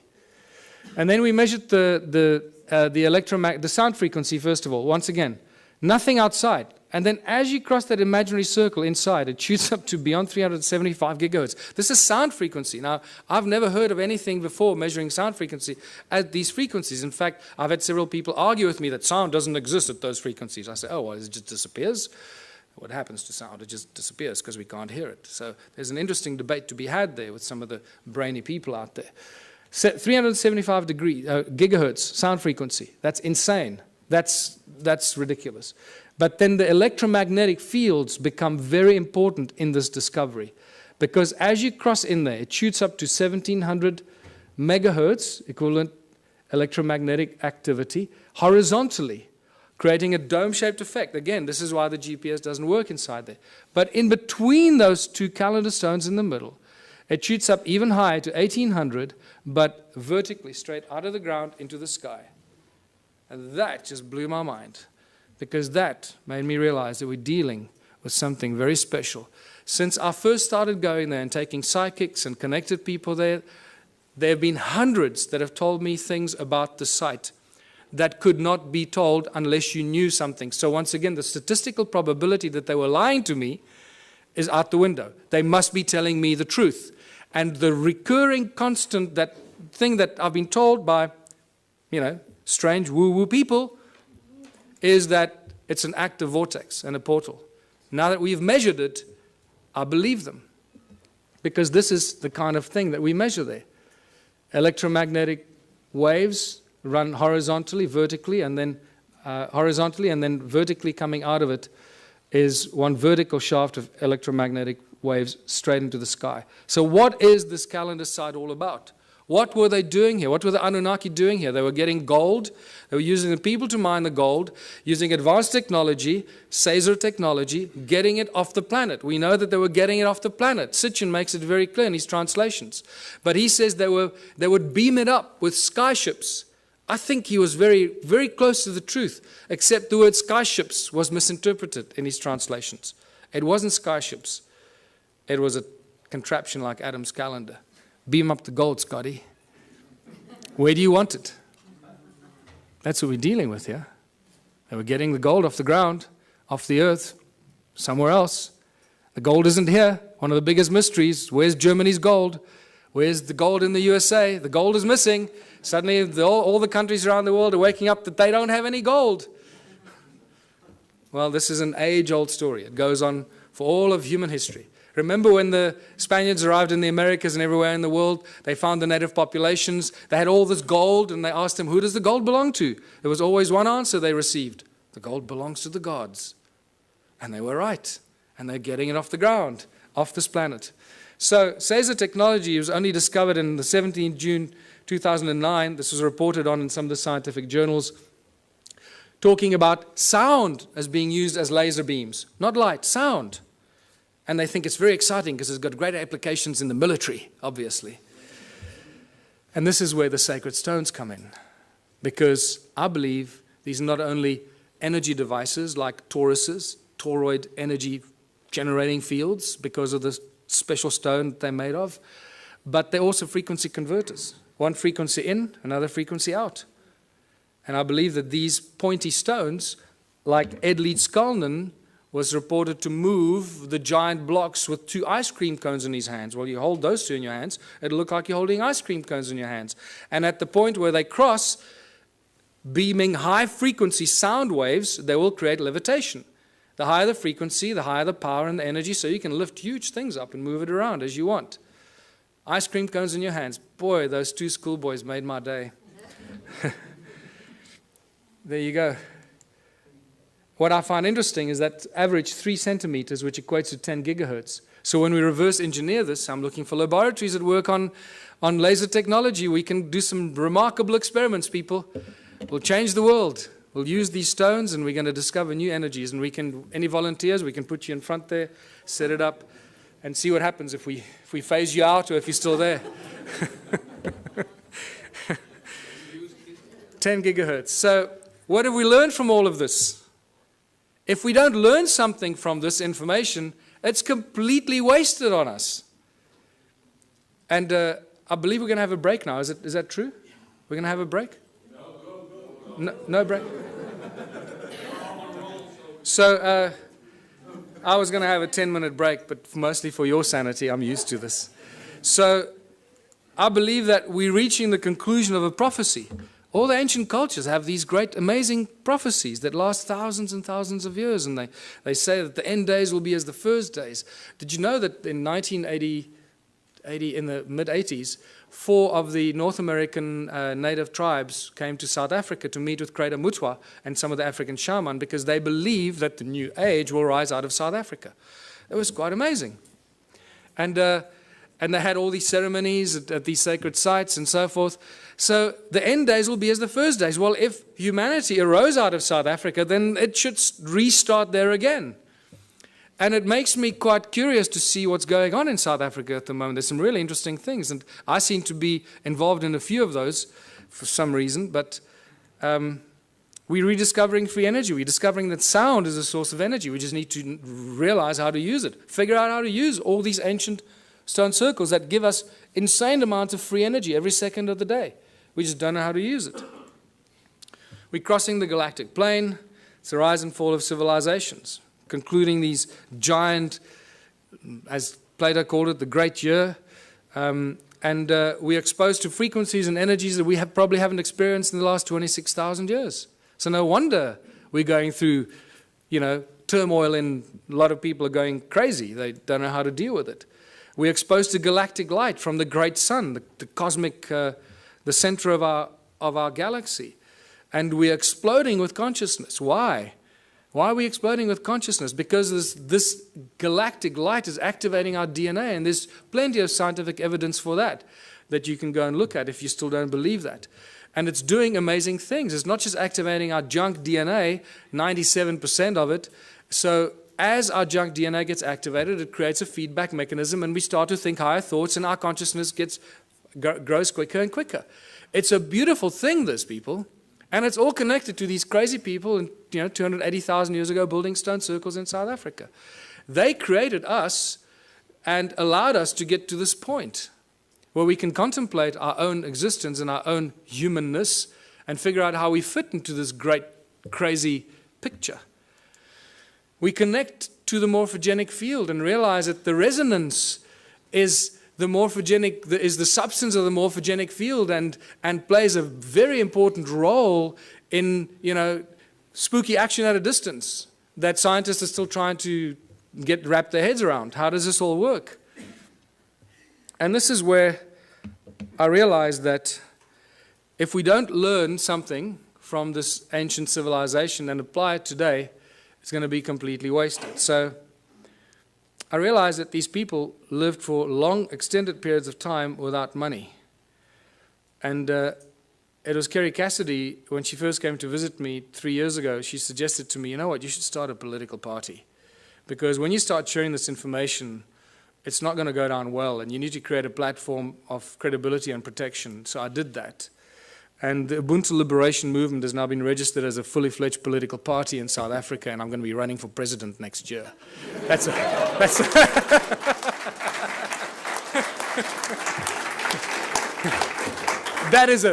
the funniest thing I've ever heard. But it's true. I just realized, hey, we're running, yeah. And then somebody said, so does it mean you're running for president? I had to do a double take. Oh, shit, yeah. I guess it means that, yeah. We're just trying to cause trouble. We're just trying to inject the virus into the organism, but it has some really spectacular side effects or things that we have to do. So we are all born on this beautiful planet, and we're all born free. And yet, we cannot move around freely. We cannot live where we choose to. We have to follow rules and laws that we didn't agree to when we were born. We have to work to pay taxes and to earn this thing called money. We didn't agree to that either when we were born. We didn't agree to be given a number and be treated like a corporation. We are living, breathing human beings. We're not numbers of infinite soul and flesh and blood. And yet that's not how we're being treated. The restrictions on humanity are endless, and they're getting worse by the day. The current situation is very simple. Every socio-political system has failed us. This is why we're in this mess. Otherwise, we wouldn't be talking about this stuff, right? If it was hunky-dory. Humans everywhere live in misery. There seems to be no happy outcome to the political and economic mess of the planet. Every year, every month, it gets worse. More poverty, more hunger, more homelessness, more misery. The global economic collapse is imminent. The fact that we still have a global economic system is actually miraculous, but it is a clear indication how powerful those individuals are that control the global economy. They have infinite power as it is now. Only us, only we can do something about it. And there's some simple things that we can do about it to change everything about our lives and how we continue living as living, breathing human beings and not numbers and corporations or fictitious, fictional entities. 1/3 of the world's food goes to waste. This is spectacular. What kind of creatures have we become that we deny 1/3 of the global population food because they don't have money? We don't hand it out, we dump it, we destroy it, because we can't give it to them for free. They need money, they need to work, lazy bastards. Do some work, go get a job, become a respectable member of society, get a job. We don't need jobs. It's the last thing we need. Every time I hear politicians say, we're going to create jobs, I sense shivers down my spine. It's the last thing we need. Busyness. Keep you busy, running around, forgetting what you should be doing, what kind of life you should be living. It's all encoded in the language that we use. How did it get so bad? This is where we get back to what we've just been to, the ancient civilizations. A small group of royal political families and the banking elite families took control of the world. This didn't happen last year or 100 years ago. This happened thousands of years ago, people. It started with the Sumerians about 6,000 years ago in the Middle East, in Sumeria. When the Sumerian tablets tell us, when kingdom was lowered to earth from heaven, that's why I pointed it out to you. They tell us, kingdom was lowered to earth. Suddenly we see these priest kings appear out of nowhere. How did these guys suddenly take on this higher than thou situation? Who the hell are they? Where did they come from? Oh, people lived happily, and suddenly one guy said, hold on, I'm going to be your king. You're going to have to work for me and pay taxes. Screw you, buddy. I don't know. So how did these priest kings in ancient times become so powerful? Because they were appointed by the gods.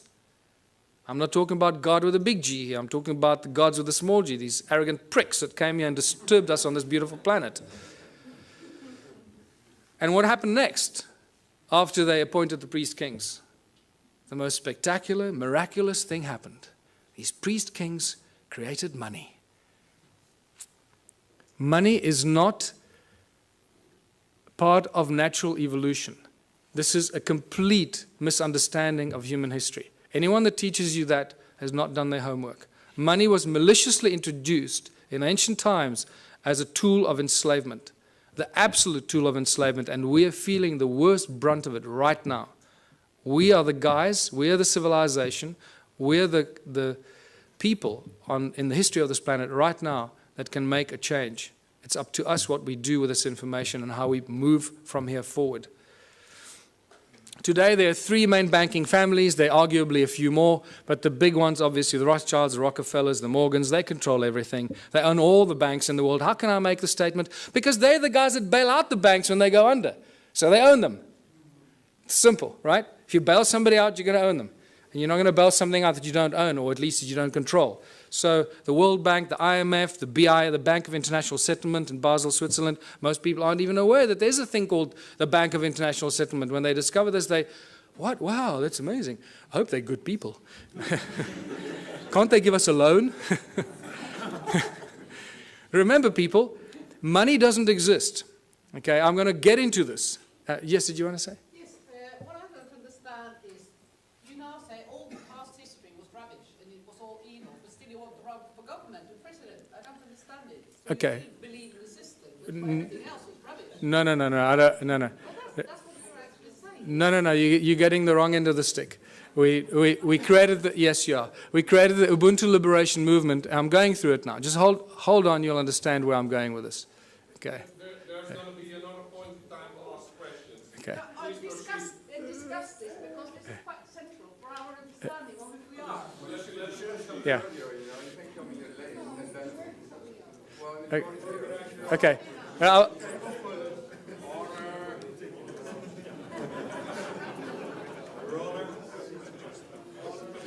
Don't worry, you'll get it. You'll get it by the time we finish here. I'm sure you will. The banking families own the world. It's simple as that. If you don't believe that, then you also haven't done your homework. So all the discussions we've been having, and I've been going into many of these discussions, money keeps coming up all the time.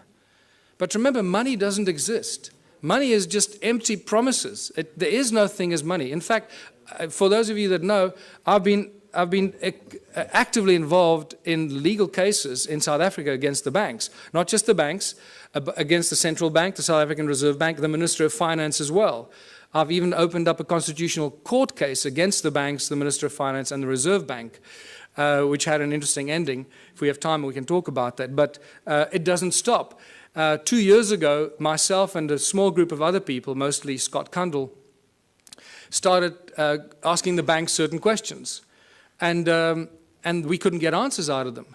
And then we started doing research and realizing how it all works. And for the fractional reserve system, you all know that, or you should know that. And the fact that money doesn't exist. In fact, in the South African Bank Act, to my horror of horrors, and I was in court, and I was doing research to stand up and defend myself, because the only way we can do this is when you stand up in court and defend yourself. So we didn't use lawyers. I went there and I stood and defended myself against the most, highest paid lawyers money can buy. And not just one of them. I was alone in the court against a judge that you have to call my lord and bow down when you walk into the court, my lord. And you start realizing the cabal, ritualistic club that these people belong to. It's spectacular. They wear black robes. And you go there and call it my lord, my lord. I thought I was going to cause trouble at first, but then I bit my tongue and I didn't do that. But what I found is that in the Bank Act in South Africa, and I'm sure the same goes for the rest of the world, there is no definition for the world money. There is, however, a definition for bills of exchange, promissory notes, and negotiable instruments.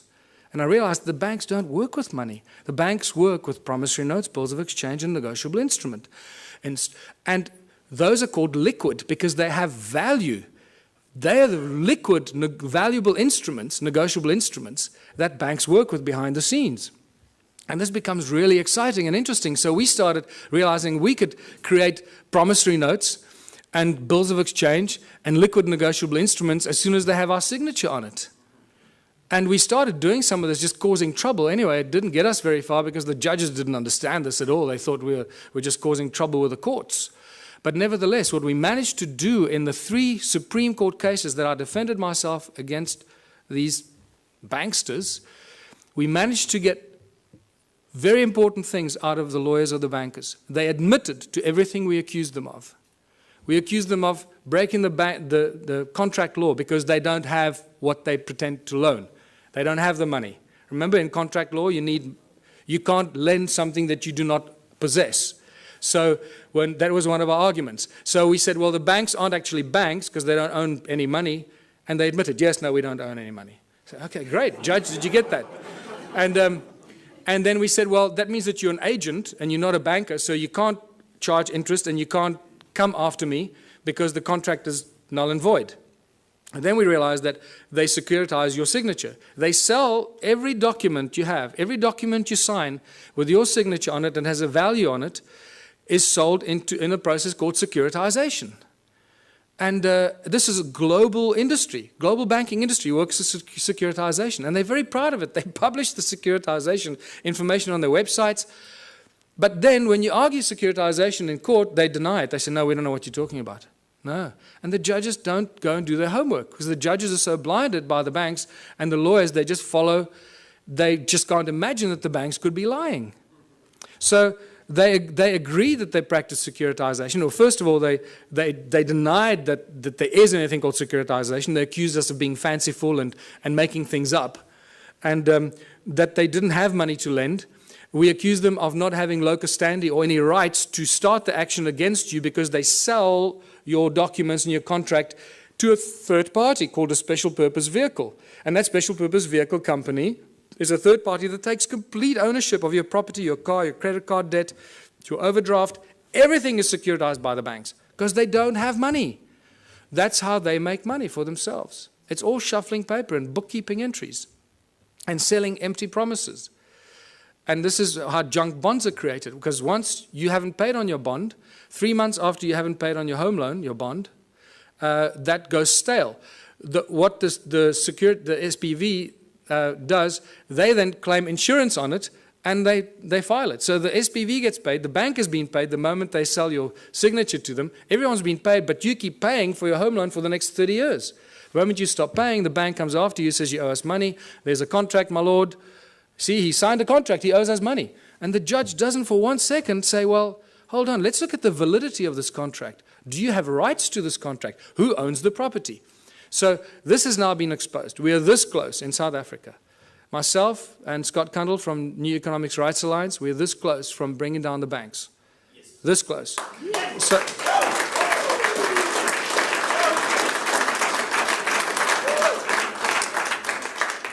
because they're just lying thieves. What you're talking about, the global banking industry, people, is nothing more than the largest legalized organized crime syndicate.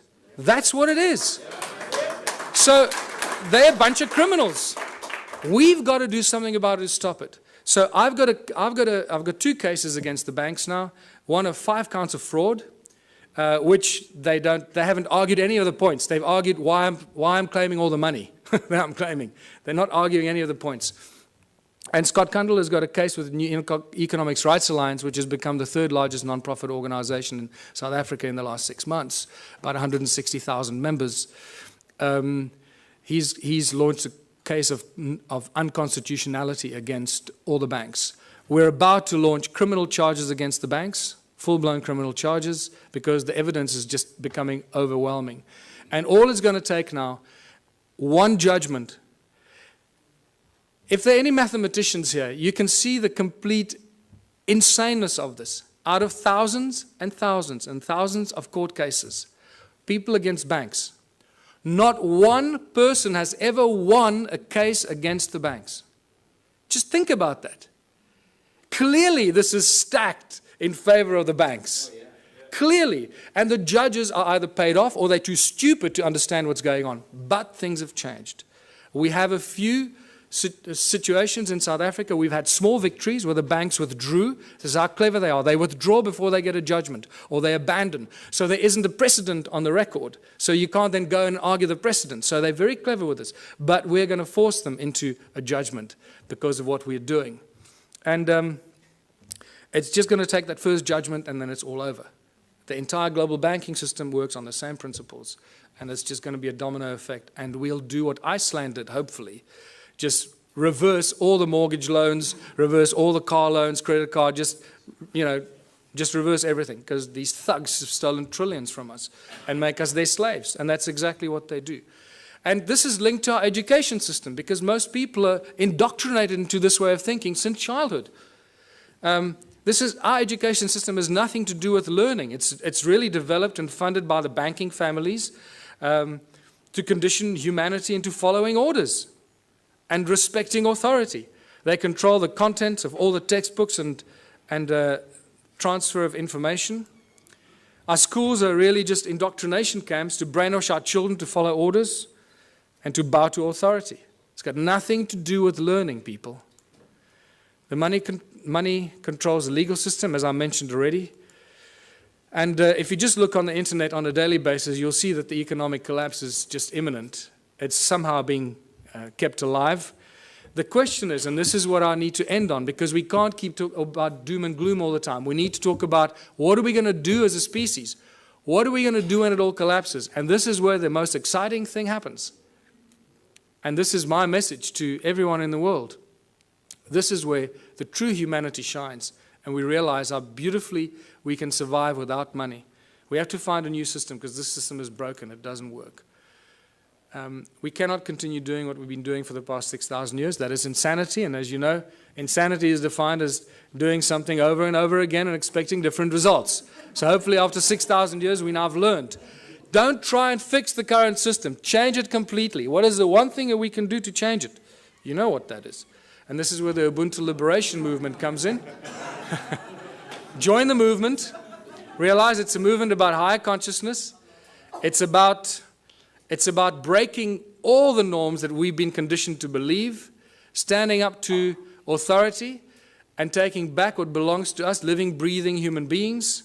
The Ubuntu contribution system, I called it contributionism in 2005 when I first started writing about it. Completely new social structure, abundance for all. It's based on ancient knowledge when they didn't have money, where everyone contributes their natural talents or acquired skills for the greatest benefit of all in the community. It's a simple system. It comes with a lot of questions because we're so poisoned by capitalism, consumerism. Raises many questions instantly, but I've been through this thousands and thousands of times. I can already tell you what you're thinking, and I'm going to tell you what you're thinking just now. It goes back to the African roots called Ubuntu. All ancient cultures, in a way, shared this African system called Ubuntu. They have different names for it, but it always comes down to the same thing. It's amazing that the ancient cultures survived for thousands of years, not using money, and they thrived, as Foster Gamble would say. And they had a similar philosophy. If it's not good for everyone, it's no good at all. And that is a beautiful philosophy that I'd like to share with everybody, because I don't want to do anybody harm. And I don't want to do anything that's going to harm anyone because it does me good. I'm not interested in doing that.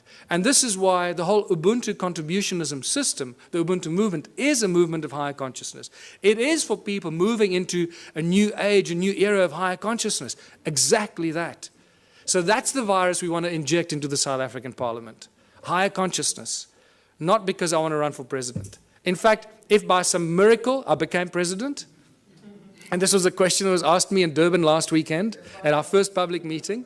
So what are you going to do if you become president? I said, well, the first thing I'll do is I'll dissolve the government. Just dissolve the whole government. Just dismantle it.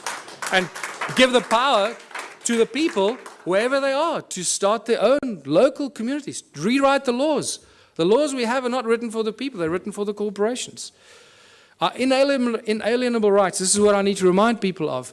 And this is beautiful, because this is part of the ANC's Freedom Charter that they stood for over 100 years. Now, it's been very conveniently forgotten. And this has become the new Freedom Charter for the Ubuntu movement. The country belongs to the people. The land belongs to its people. The water, the minerals, the airwaves, doesn't belong to Vodafone, it belongs to the people. The forests and everything in the country belongs to the people. Yeah. The land in China belongs to the people, and they should do exactly the same. This applies to every country, people. It does not belong to the government or any large corporation that has laid claim to it. And when you read this statement, you realize that we've appointed our leaders to be our servants, but they're not serving us. We appointed them to do the best for us, not for them. So whatever we want and we need as a people, they should be doing for us. Is that happening? No. The opposite is happening. So what has happened here? The government is not serving the people. The only conclusion we can reach is that they're serving themselves and the corporation that fund them. They have turned the people into their slaves. The government and large corporations have stolen the country from its people. It's as simple as that. We've become the slaves, and unless we do something about it, it stops. How do we know this? In South Africa, I don't know about these countries. I believe the European countries, how it works now. I haven't done that research because I'm focusing there. The government of South Africa and the Republic of South Africa are both registered as two separate corporations on the US Securities Exchange. So they're corporations that trade us as commodities. Every week, new laws are passed. In every country, I guess. In South Africa, it's published in the government gazette. Nobody knows where to get it, how to read it, what it means, but they publish it in the government gazette and they get away with it. You see, it was published. You didn't object, so now it's a new law. That's how they get away with it. But every week, they publish new laws that we don't understand and we don't want. Our laws protect the corporations. They do not serve the people.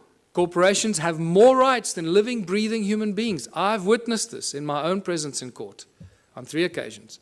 And the fun gets better every day. Because, you know, for those of you that have been following some of what I've been doing, 2 weeks ago, our legal advisor, Raymond Dix, was attacked in his house by 10 armed men, tied up and held at gunpoint for 3.5 hours while they ransacked his office, his home office. They made it look like a robbery, but when they left and very carefully removed his computer, his hard drive, his backup hard drive, and his secondary hidden backup hard drive, which they knew exactly where it was, they left with only 2 other things. The legal files pertaining to my actions against the courts, the banks, and Scott Kundle's files, the New Economics Rights Alliance, the Ubuntu movement, my movement, and New Economics Rights Alliance. Those are the only files, legal files that disappeared. So it's very clear what's going on here. The banks hit us where it hurts most, that our nerve center removed all our research, documentation, and files, but we had backups elsewhere.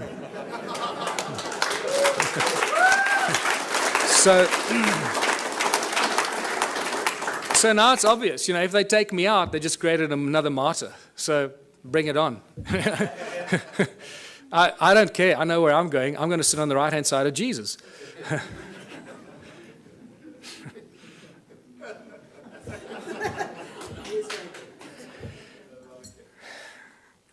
We need a whole new legal system written for the people, by the people, not by the corporations and the governments that want to schneid the people into the ground. Everything in South Africa and in other countries belongs to the people. Eskom, for example, is the electricity supply giant that supplies most of Africa with electricity. All the installations of Eskom belong to the people. The coal they use that they get out of the ground to charge us for the electricity belongs to the people because the coal belongs to the people. Sasol is the coal to liquid petroleum company that was paid for by the taxpayer. The technology was developed from German technology in the 1920s. That was paid for by the South African taxpayer, all the early installations for Sasol. So all the fuel that we should be driving on in South Africa, we should have virtually for free because all the components belong to the people. The railways run every day, but they don't transport people. They transport coal and wood. Everything for the corporations, nothing for the people. You can't catch a train anywhere in South Africa. And so it goes. The forestry, the minerals. Forestry, between Sappi and Mondi in South Africa, they own more than 1 million hectares of land that they somehow managed to take possession of. Who gave it to them? The people didn't agree to give it to them, but it belongs to them.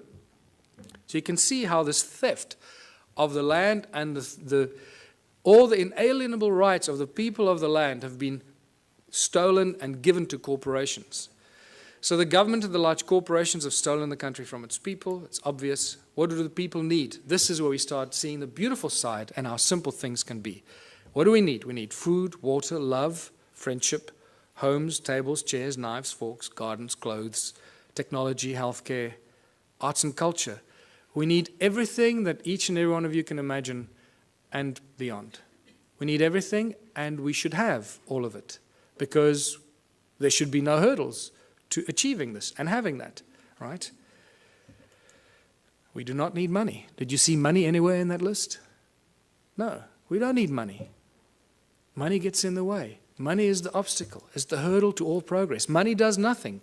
People do everything. People plow the lands, grow the food, build the bridges, build the rockets, solve the mathematical equations, create the technology. People do everything. Money does nothing. Money is just the obstacle to all this incredible progress. People create the arts and the culture. Money does nothing. The origins of money goes back to Sumeria once again. These Sumerians, the first forms of money were really little clay tablets. They were tokens of exchange. And then eventually they started minting them, as you know. So for millennia, great minds have stood up against the abuse of humanity through money. It's not something new. Julius Caesar stood up against the money, the powers of money. It took back from the money changers the power to coin money and minted coins on benefit of all. With this new plentiful supply of money, he established many massive construction projects and built great public works. And we all know what happened to Julius Caesar. St. Thomas Aquinas in 1225 said that the charging of interest is wrong because it applies to double charging, charging for both the money and the use of money. In fact, church law in the Middle Ages forbade the charging of interest on loans and even made it a crime called usury, which we know very well today. And even Jesus, in his last year of life, probably the only physical force he ever applied was threw out the money changers out of the temple because they were abusing the people. And this is by far the most cutting statement made in recent times, Thomas Jefferson, because this is what we find ourselves in today. I believe that banking institutions are more dangerous to our liberties than standing armies. If the American people ever allow private banks, remember all our banks in the world, virtually all the banks are private banks, private corporations, whose interest is making profit at all cost. So if the American people ever allow private banks to control the issue of their currency, first by inflation, then by deflation, the banks and the corporations that will grow up around the banks will drive the people of all property until their children wake up homeless on the continent their fathers conquered. That's where we are standing today. All over the world, this is the situation we're in. Money is the obstacle to all progress. It does nothing for society. It is the absolute tool of control by those that control the issue and the printing of money. That's why when I say they own the world, they do. They literally, physically own the world and each of one of our asses. It prevents the natural flow of free energy. And that is very important to this weekend's activities here. Money prevents the natural flow of free energy. So I beg you, everyone present here, remember, it's about free energy, not I'm going to make $1 billion out of this energy. Give it away for free. It'll come back to you in ways you cannot imagine. Do that one thing for humanity. If you find any source of free energy, don't try and make zillions out of it. It will kill you or they will kill you before you can get it out there. Money is the primary cause for the 7 deadly sins. We all know the 7 deadly sins, or have we forgotten them already?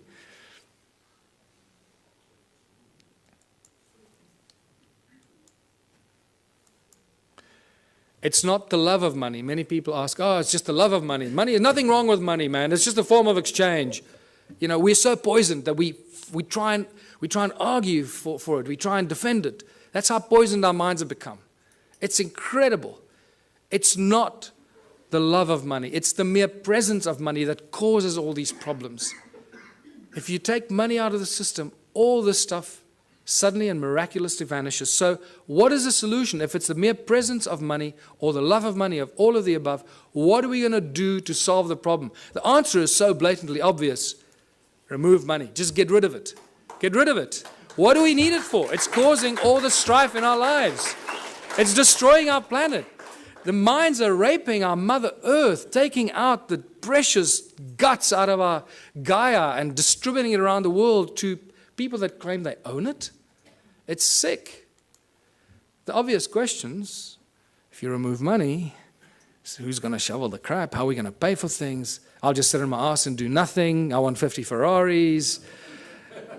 You know, are we going back to the dark ages, living in caves? Is this a lawless society? Who's going to make the rules? Why should I do something I don't want? These are the first things. I know these are the most commonly asked questions, and I'm sure that you're asking some of them to yourselves. But I can tell you that as you work through this process of a moneyless society, a Ubuntu society, where everybody contributes their natural talents or acquired skills to the greatest benefit of all, with certain minor rules that are not rules, it's really just an agreement that this is how we're going to work together. The moment you start working in that kind of community, the abundance is so spectacular that we, right now, cannot imagine it. It is not possible for us to imagine it until you start immersing yourself in this kind of thinking. And I call these the Ubuntu communities, as I said, where everyone contributes their natural talents or acquired skills for the greater benefit of all in the community. A new social structure for a new world and a new age. Abundance for all beyond our wildest belief. There are 5 mantras, 5 key points to the Ubuntu society. And it's not barter or trade. Everybody often jumps, a lot of people jump to the conclusion, think, oh, let's go back to barter. No. He who has more to barter or trade will eventually rule the roost. So you can't go to that system. If you have nothing to trade, what are you going to say? Well, I got nothing to trade, so I'll have to, kiss your butt. No. So the Ubuntu contribution mantra is the 5 points. No money, no barter, no trade, no value attached to anything greater or lesser than anything else. Because why? Each one of our contributions should be and is equally valuable. If you start telling, well, I'm a doctor, my time is more valuable than yours, you're barking up the wrong tree, brother. Okay. So, and the final one, where everyone contributes for the greater benefit of all in the community, because that is how you get rewarded. You get rewarded by the recognition of the people in your community. Isn't that the highest reward everybody wants and is trying to buy with money, is recognition and respect of others? In essence, ultimately, that's what most people really want, is just to be loved and recognized for what they've done. And they think they can use money to do that. And then when they make a lot of money, they get zillions in the bank, then they suddenly realize, oh, well, nobody loves me anymore. They all want to take my money. So let me spend my money and then people will love me. And that's generally what happens when they start paying for things and people love them more, when they start giving it away. So, united Ubuntu communities. In unity we thrive, and anything is possible. Anything is possible. A world without money. There's no crime, no envy, no gluttony, no greed, no hoarding, no hierarchy. And the whole Ubuntu, the Ubuntu movement and the Ubuntu party has no hierarchy. Communities look after themselves. We have no central government. We don't have any central assholes trying to tell you how you should be running your life. No obstacles to any kind of progress, because the solutions are simple, and there are many bright minds here. We all know what the solutions are, what should be done to solve the problems, and somehow our politicians just can't get it right. They keep screwing it up, So don't ask the politicians to solve it. Give it to the scientists, give it to the farmers, give it to the engineers. They'll solve the problems for us. Ordinary people will. Politicians will do nothing. Transition will have to occur in simple steps that flow from one to the other. We can't go from zero to hero. We can't go from a moneyless-driven, capitalistic, consumeristic monster to a moneyless society that lives in harmony and zen, right? It's not going to happen. So if you go onto my website, the ubuntuparty.org.za website, I've started posting a number of papers on how the transition will take place. There's not time for it now, so I ask you, please go onto our website and check it out. It's beautiful. What's key here is that the small towns will probably play a very important part in the transformation, because in small towns and small communities, people will agree on things a lot quicker than in the big cities. Right? So they will agree, okay, we need to get off the grid, we need to grow enough food for all of us, we need to make sure we got water, and they can go out and do it. We must create alternative energy for ourselves in our town, so if the grid goes down, we stay alive. And the small towns and villages will become the activators of this transitional phase. And I put together a few theories and ideas to give people ideas how to start doing this. It also goes into our education and schooling systems, where we stop sending your children to school. Please, I beg you, don't send your children to school. Don't do it. You're turning them into monsters. I've had a few of my friends in Johannesburg, in South Africa, that have not sent their kids to school. They are much smarter than the kids that go to school. And I'm not kidding you. They really are. They just learn from their parents, and they learn, and you'll find that what happens with these kids, they start reading later. They might start reading a little bit later. But when they start reading, they become like these monster little readers. They just read everything. I mean, these little kids are reading books that other kids don't even dream of. And that's because they're not preconditioned by the schooling system. Energy, water, food, housing, arts and recreation. These are the things that small communities can take control of very, very quickly and establish it for themselves, make themselves go off the grid and be totally in control of their own destiny. And many community projects must be and should be attached to this activity. Absolute abundance on all levels. Once you start doing this, food, science, culture, community, abundance on all levels. Now I'm going to give you a small example. You've got to use your imagination here because there's not enough time now and we've got to finish off here. So imagine in a little town that I live, we've got a river, we've got a fish farm, we've got a dairy farm, we've got a bakery, we've got a wood factory, a metal factory. The community starts to work in these projects. The whole Ubuntu thing means that, and contribution means that everybody must contribute 3 hours a week towards one of these community projects. That's all you have to do, 3 hours a week. A little town of 1,000 people, it's 3,000 hours a week. No municipality or town council can afford 3,000 hours a week salaries for people to do this work. Can you see how that's dramatically shifted the status quo and the equilibrium? How much we can produce if we just work for 3 hours a week on basic projects.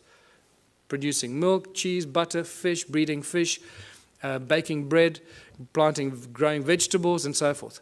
So now the community has been doing this for 6 months or a year, and they've established abundance on all levels, where all the people in that community that participate, that's why I called it contributionism, that participate and add their talent and their skills and their time, get everything, not for free, but virtually for free, so cheaply that the rest of the stuff, and also there's a principle where you create 3 times as much as you need for your own community. And I structure everything in the Ubuntu philosophy on the sacred geometry principles, 3366. So you produce 3 times as much as you need for your community. Why? Because there'll be other communities that can't produce what you're doing, so you'll be actually helping them while they're helping you with the things that you can't produce. So, and by the end of that, there's so much abundance because you're doing it 3 times that whatever you don't consume in your own little village or town, what are you going to do with? You're going to make it available on farmers markets and stores in your town for the surrounding communities. The moment you achieved that state, you've created the domino effect. Because what's going to happen to all the neighboring towns? All the people from those towns are going to come buy your bread, your milk, your cheese, your whatever it is you produce. Because it's going to be a fraction of the cost they pay for it in their own town. There's your domino effect. There's your trigger point. So think about it from that perspective. At the outset, it sounds like a huge thing. Wow, how are we going to go from there to a moneyless society? I believe that I've just taken you through a very simplistic example of how small towns and small villages and communities can be the trigger points and the examples that start the domino effect. Once the first town is set up, it's impossible for the surrounding towns to stay alive. They will have to follow the same example. Otherwise, all their businesses will close down. And when they do close down, then they will follow your example. So either they will do it willingly or they'll be forced into it because of stupidity. In the Ubuntu communities, children follow their passion and their dreams. The education system changes completely. There are no classrooms. Children learn real, practical skills.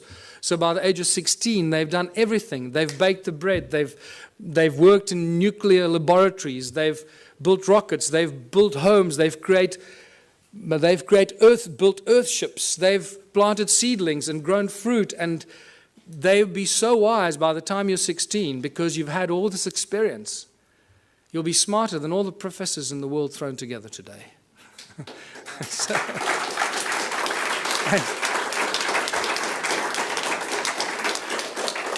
take any school leaver today, put them on a farm, put them anywhere into a practical solution.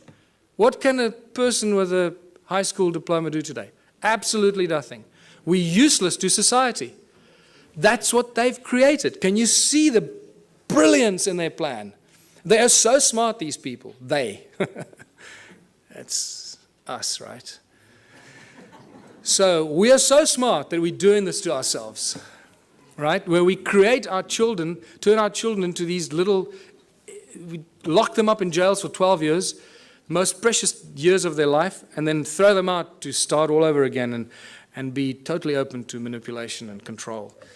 So master teachers, only when a community decides that you're a master shoemaker, or you're a master rocket scientist, or you're a master baker, or a master this, only the community can decide who they will allow to teach their children. Isn't that a better system than teachers that go and get some diploma and they're real assholes and they teach your child? You go, God, how can that? I'm not going to let that teacher teach my child. The community will have the final say.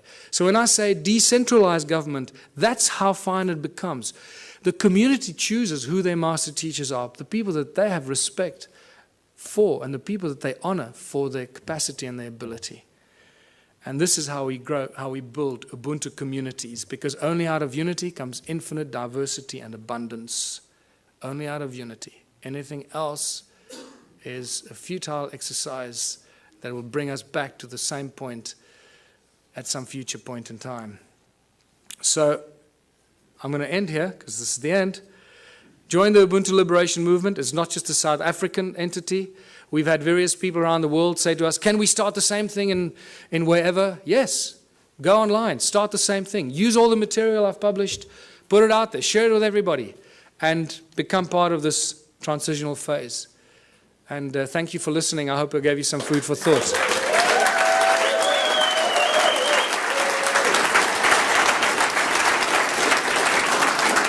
Thanks very much. Please wait one moment.